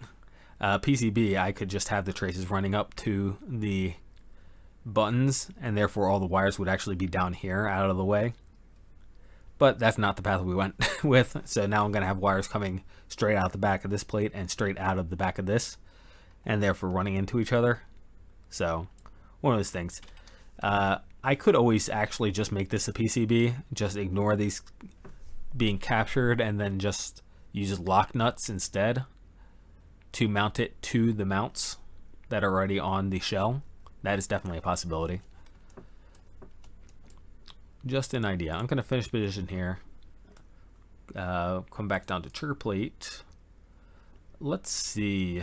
Which side do I want to mount this on is a good question. Does it make a difference? I guess I will mount it to the left-hand side. The right-hand side, because it has threaded inserts. Well, I guess not just because it has threaded inserts. Yeah, I guess that's not a real good, what you call it, excuse.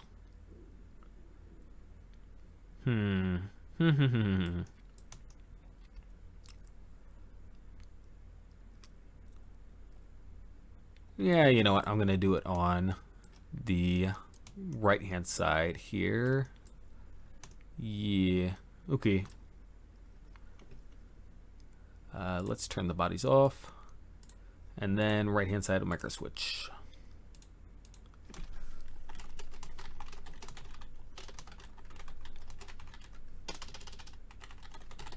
There we go.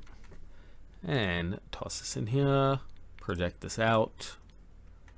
Attempt to project this out. And now our mounting plate. Actually, our mounting plate, I guess, should be parallel with that.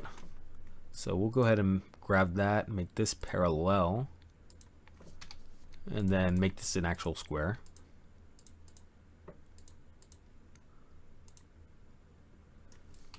There we go. Oh, okay, so that ended up parallel on that side. Instead, we'll make that a right angle. There we go, groovy, groovy. And we're going to need some captured nuts. And this is 2 millimeters, 2.5. All right, let me check the 2.5 then. 2.5 box. There it is. And the 2.5 nuts. What are your size? Because I don't use enough to know. Let us see.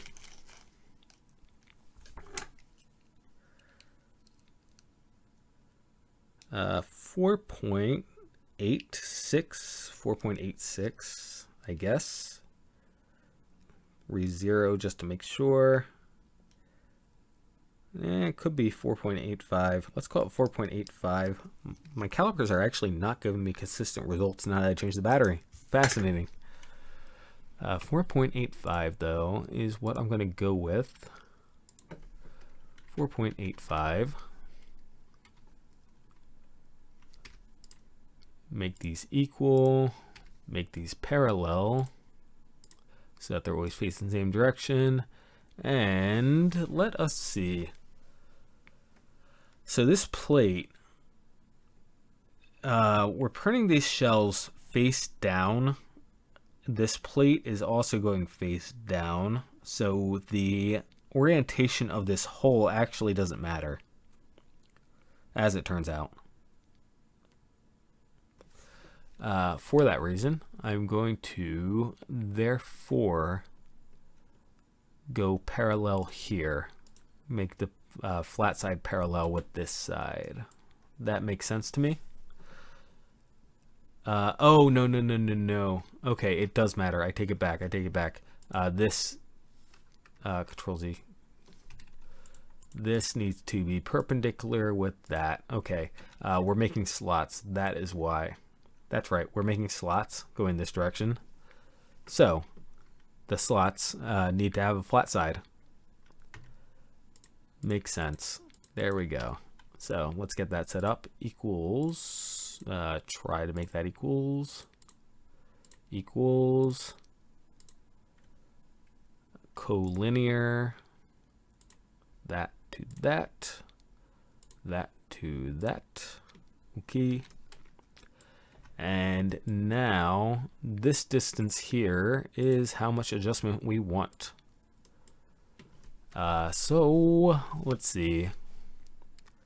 I mean, I guess an extra 5 millimeters. So that gets us up to about ½ inch. So we get between 1/4 and about ½ inch. I guess call it 6. 6 is a lot closer to actual ½ inch. And it makes more sense to me, rather than putting another construction line in here, to just do this dimension instead. Drag this out. And toss some barriers around here. Actually, delete that. just do this one in front, and then draw our offset here,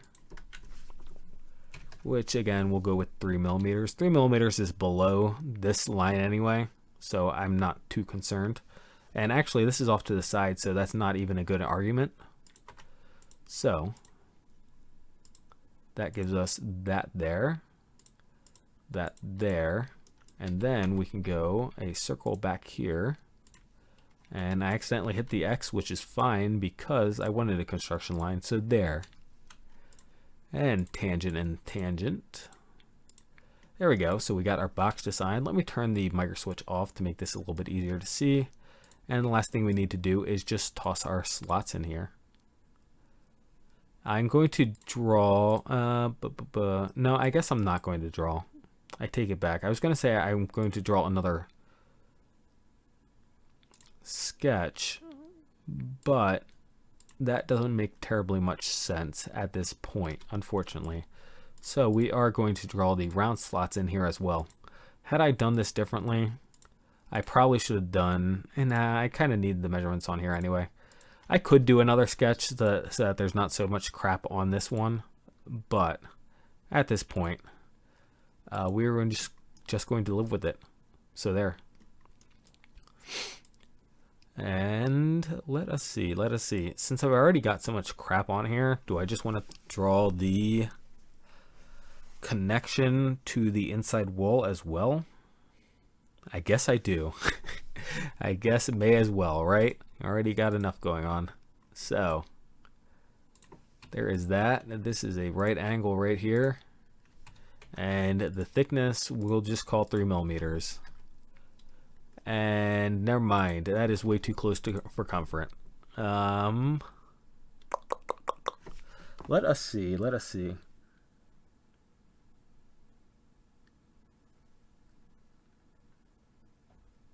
All right. I know what I'm doing. I'm just going to change this to 2.75. I wasn't sure whether or not how I wanted to go about that, so I could draw this on another sketch and then extrude it out. So basically, how this is looking right now is I'm going to extrude this is what I'm thinking. Have to grab everything here.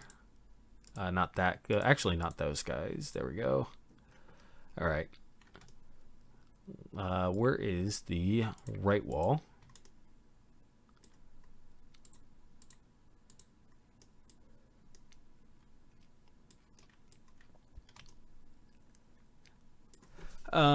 Yeah.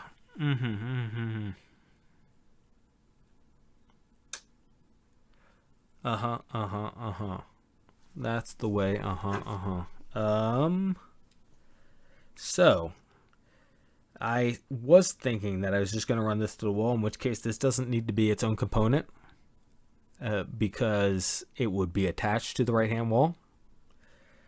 And in that case, we do not actually need to have any of this right here. The question is would I prefer this plate to be removable? And frankly, I would not. I actually would not prefer this plate to be removable. So, in that case,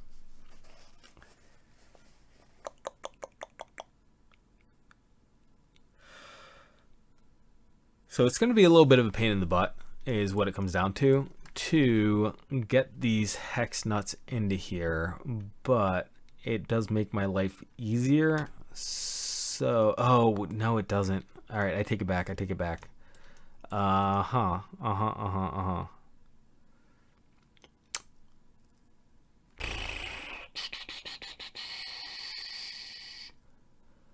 Where is the trigger at? Trigger is there. Trigger should not swing all the way back, so the trigger should never collide with anything I put. I take that back. It may collide.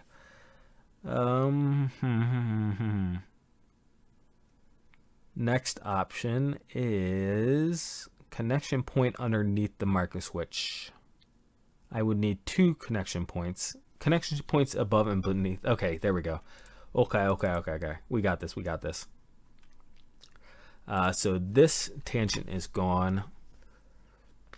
This tangent is gone. So this will be its own plate at this point, which is what all that mumbling was.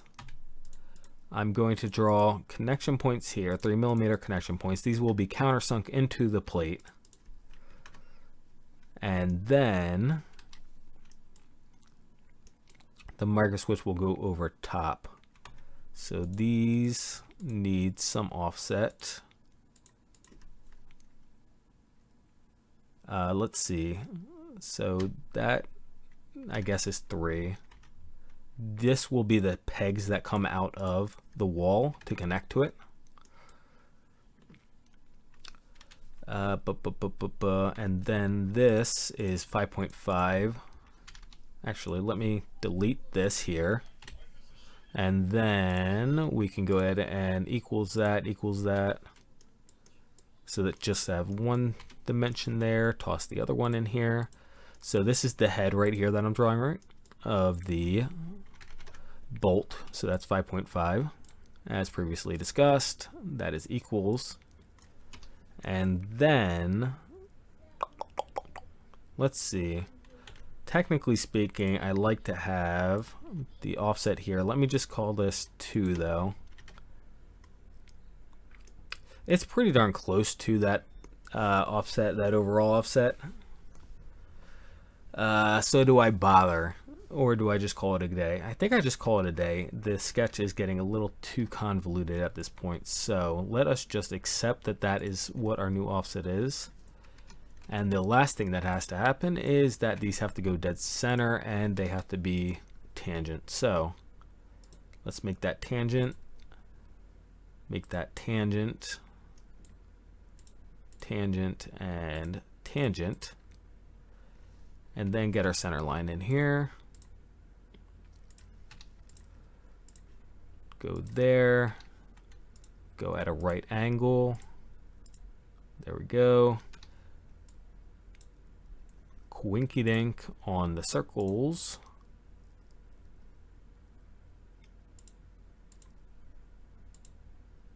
There we go. And then I definitely have way too much in this sketch. Whoopsies. Whoopsies. Get out of here. Right hand side, please. Thank you. Trigger also get out of here. Thank you. Back plate also get out of here. Thank you. Let's see. So if this is actually centered here, so this line actually no longer exists. That line no longer exists. So because we're doing this different. So that is centered there, and I guess that's where we are at this point.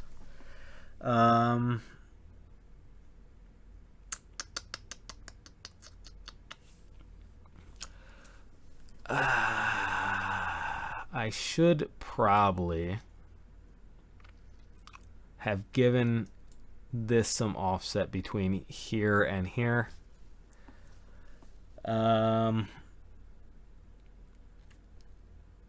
Yeah, I think this is one of those things I'm just gonna have to cry about. So we will cry about it and then get past it and move on with our lives, because mistakes were made, but we will adapt, overcome, survive, excel, whatever the whole entire saying is. All right, and 4mm. Actually, I'm gonna go 5 because I want to make sure everything is actually countersunk. So we're gonna countersink these heads here. 3 to make sure that they're completely countersunk. We're did I not select the holes in there? I guess I did not.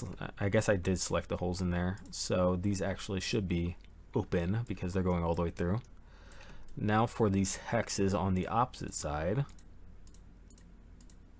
Wait. I selected those two. Man, I am bad at my job.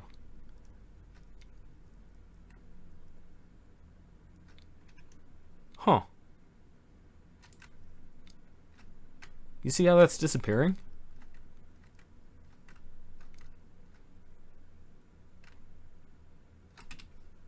What did I do here? That is right.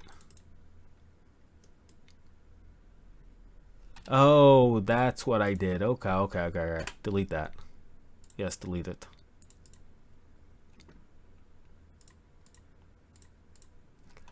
I see what I did now.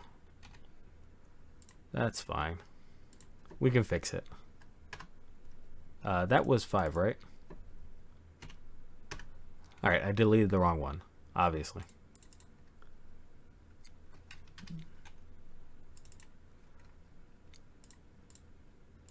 And I am a little lost, evidently. Alright, there we go. No longer lost. Okay.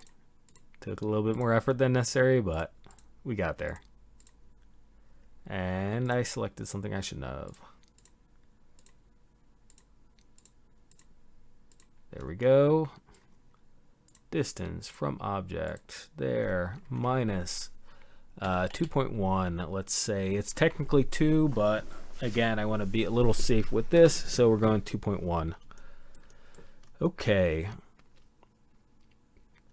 And there we go. So now let's offset these faces and turn the trigger throw off. And this is trigger plate design. There we go. And this is a trigger plate. And there we go. And offset faces as previously discussed. Okay. Not that one. Use your fingers properly, please. I'm not gonna, I don't think I'm gonna bother doing, I guess I might as well. I was gonna say, it normally doesn't come into account for the round ones, but I guess I may as well. Let's do 0.1, just because the slider on the backside is important. Is important that the hex nut slides pretty well in the backside here. And now we can come back up to here, the right hand side, handle, turn the right hand side on, hit the extrude button, turn the trigger plate design back on, and turn the trigger plate off so I can see what I'm selecting. That and that is our that is not our 3mm. That is our 3mm. Offset around the edges. There we go. From object, now I need the trigger plate back, and I guess I need to turn this body off to actually get to the back hand side. There we go. And to the inside here, to object, and join. And turn the trigger plate off and hit OK. And now we need more threaded inserts, but these are 2.5 threaded inserts. Good thing I have my box of 2.5s right here and haven't put it away just yet. So let me go ahead and hop into the trigger plate and draw these threaded inserts on the trigger plate. Do I have backside of trigger plate? I do not. So let's get that. Trigger plate on. Turn the body off there. There you go. Hit the button there. Project out the trigger plate design. Grab these guys. Oh, that's right. These are not. These are 3mm mounting holes. Derp. These are 3mm mounting holes, which means that this is 3.8 is what I'm looking for here. From memory. Was it 3.8? 3.85. Turn that off so that I can actually turn this into a construction line. Please. Thank you. 3.8. Let me grab the calipers really quick. Or actually, I don't have to grab the calipers really quick. We can hit finish, come up here to somewhere. Where's the inserts? I guess I just did it in screw. I could have swore I did a separate one for...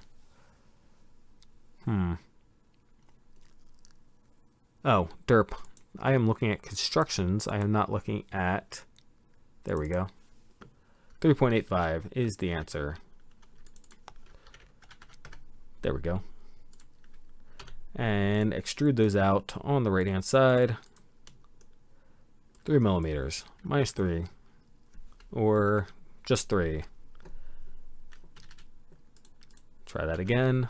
Be in the correct component. 3 millimeters. Right. Cut. Good. Excellent. Thank you. All right. Let us turn everything on and see if we notice anything absolutely broken.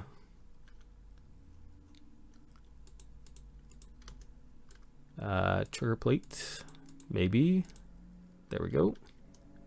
Let's give that a color. Orange is fine. And the button plate. Button plate. Not blue. Oh no, what did I just do?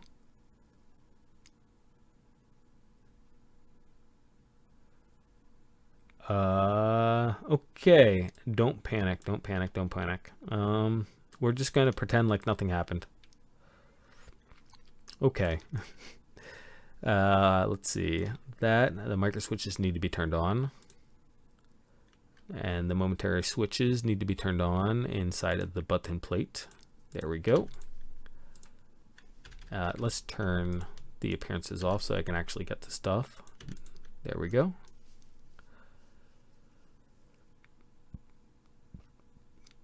Let's see, that's going to be threaded into there. That's hopefully should be loose. I'll ream it out with my drill bit. If it's not loose, that's not that big of a deal. That is on a slider. Slider is in the back. We can attach it to the slider first, though, before we attach it to there. No, we can. We might be able to. That's actually, I didn't think of that. I was thinking.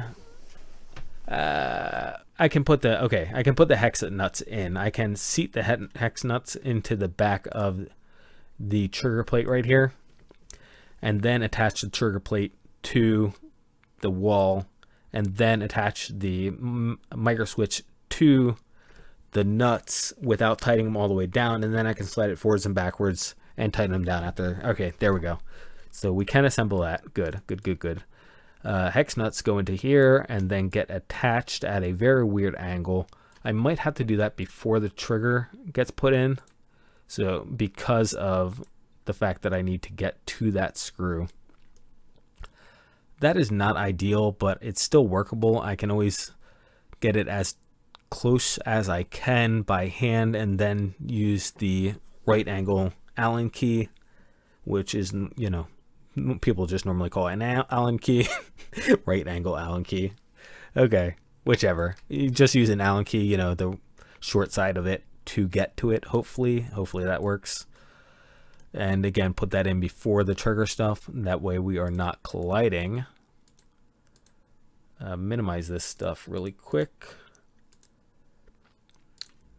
The left side has less stuff on it and therefore should be less of a problem, should have less opportunities for things to go wrong. Let's take a quick look at it really quick, though, just in case.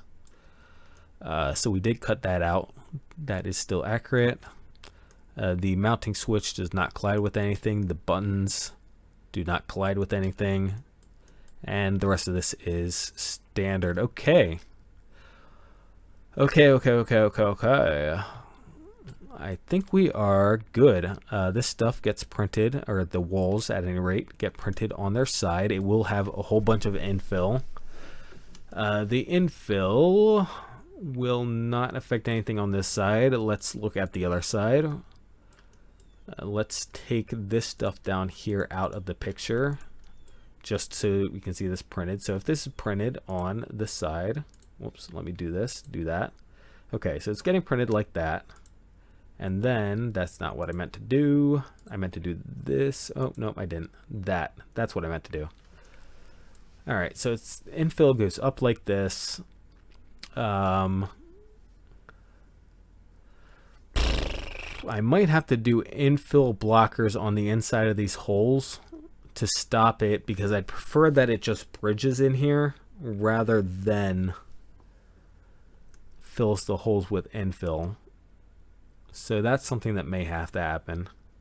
Otherwise, I think it should be good. I'll probably let it do infill on the inside. Nah, I may not let it do infill on the inside of this. I may block that as well. Yeah, so maybe a good bit of setup getting it ready to print by putting in the support blockers. Probably support blocker here. What do we make this? What diameter do we make this? Inspect. A weird diameter. I do not have a drill bit that big, so I can't ream that out if necessary. So that'd have to be done with the X-Acto knife if I needed to clear it out a bit. Yeah, that might get infill. I don't like doing infill on holes just because it doesn't seem to help at all. But since I don't have a drill bit that can actually clean that up, normally I'd let it print without infill and then just clean up with the drill bit. This is a situation in which case that's not going to happen. So that is the plan for printing this, and otherwise we can go ahead and back out here and take a look at it overall. Just a serious one last look at. This is the flight stick. The plate down here looks a little silly. Maybe that shouldn't be an oval. But I'll leave it as is for the time being. Otherwise, this screw heads get countersunk in here, so you don't really see them. You might see, you know, obviously the metal. We could always cover that up with a sticker if we really wanted to. One of those things, decals on the side if we wanted to, although frankly, as it's a thing that you're going to be holding all the time, I guess, no, I take it back. I'm not going to say that. I was going to say maybe we like do filler and maybe a little bit of putty over top the screw holes and sand it down and whatnot, make it look nice. That was what I was thinking. But again, back to repairability. In terms of repairability, doing putty over top of that, filler, whatever, would not really be a good idea. So yeah, so compared to, let me hit the save button here, just so we can get a visual comparison to what we had when we started today. Let's open this up. Come on. 28th, and today is the 3rd, so that was 6 days ago. I've really went 6 days without working on this thing. So yeah, we have a lot stouter of a stick this time. Let me just compare it to, that's my threaded inserts page.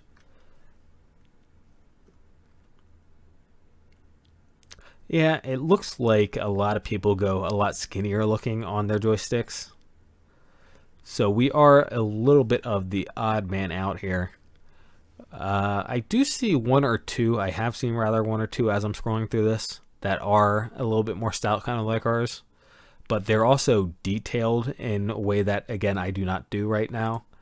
Let me go ahead and, for fun, hit this button. I can create from body, right? Convert. B-rep face to, one of those things again, I've been meaning to get into and looking at this. I know a lot of people don't use Fusion for this stuff. They use other programs, but, Control Z. Convert to, isn't there a convert to B-rep or something like that in here? I guess, oh, you know what? Chances are I was getting a mesh and then I was converting the mesh over is how that was working. What I remember.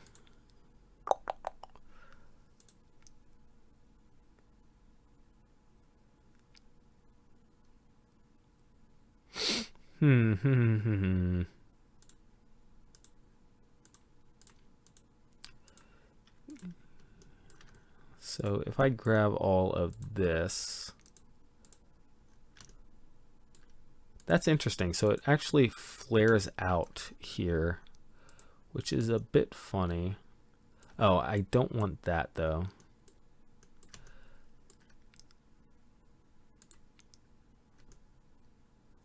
Huh. I wonder why that flares out. So the other one's flaring out because I accidentally grabbed the trigger. But I'm not sure.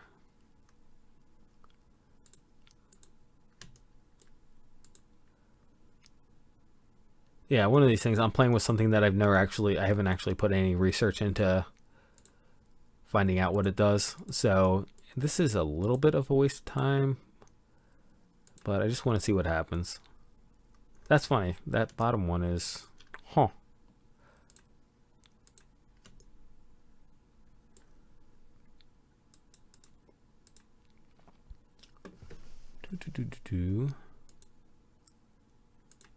Curvature. Failed. Cool. Uniform. Huh. Okay. Well, anyway, point being, modify. Nope.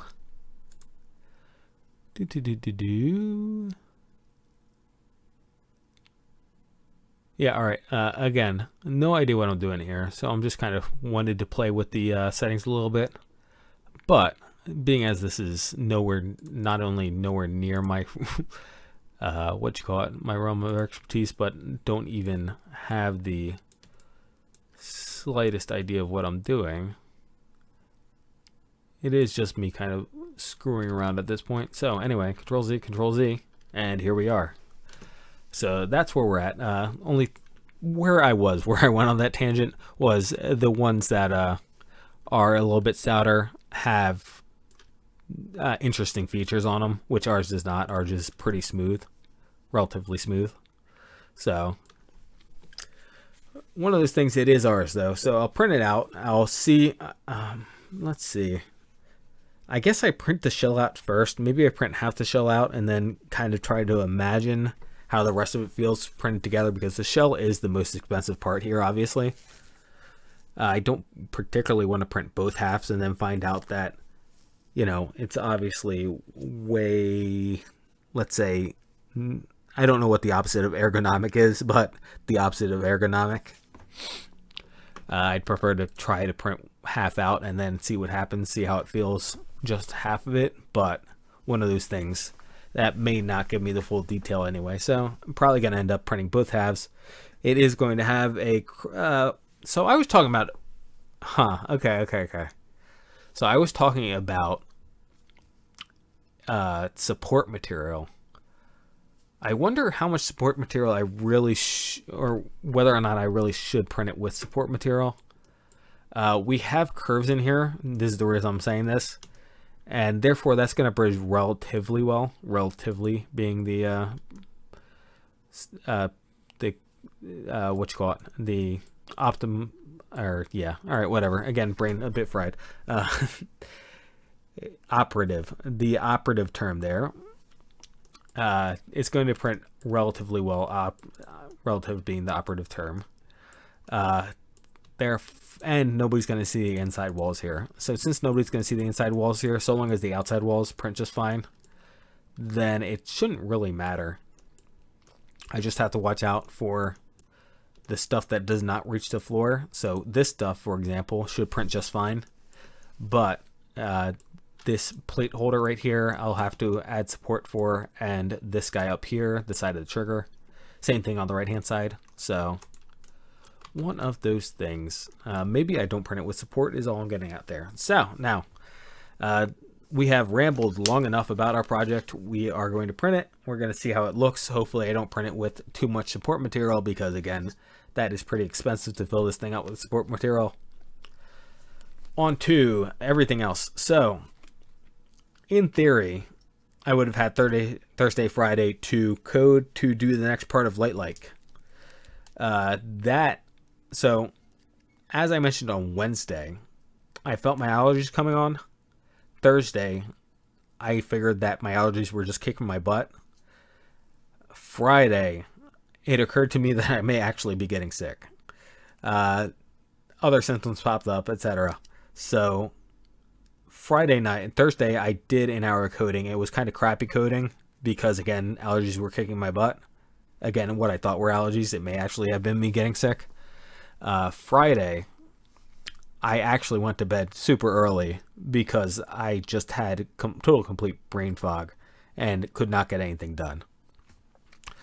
So therefore, I still need to do an hour of coding. And the reason, the second hour of coding for session 3, the reason I didn't do that this morning is because I got sidetracked on the next set of controls to go with this joystick right here. So for Light, we have not only this joystick to move around, but I wanted a full weapon system.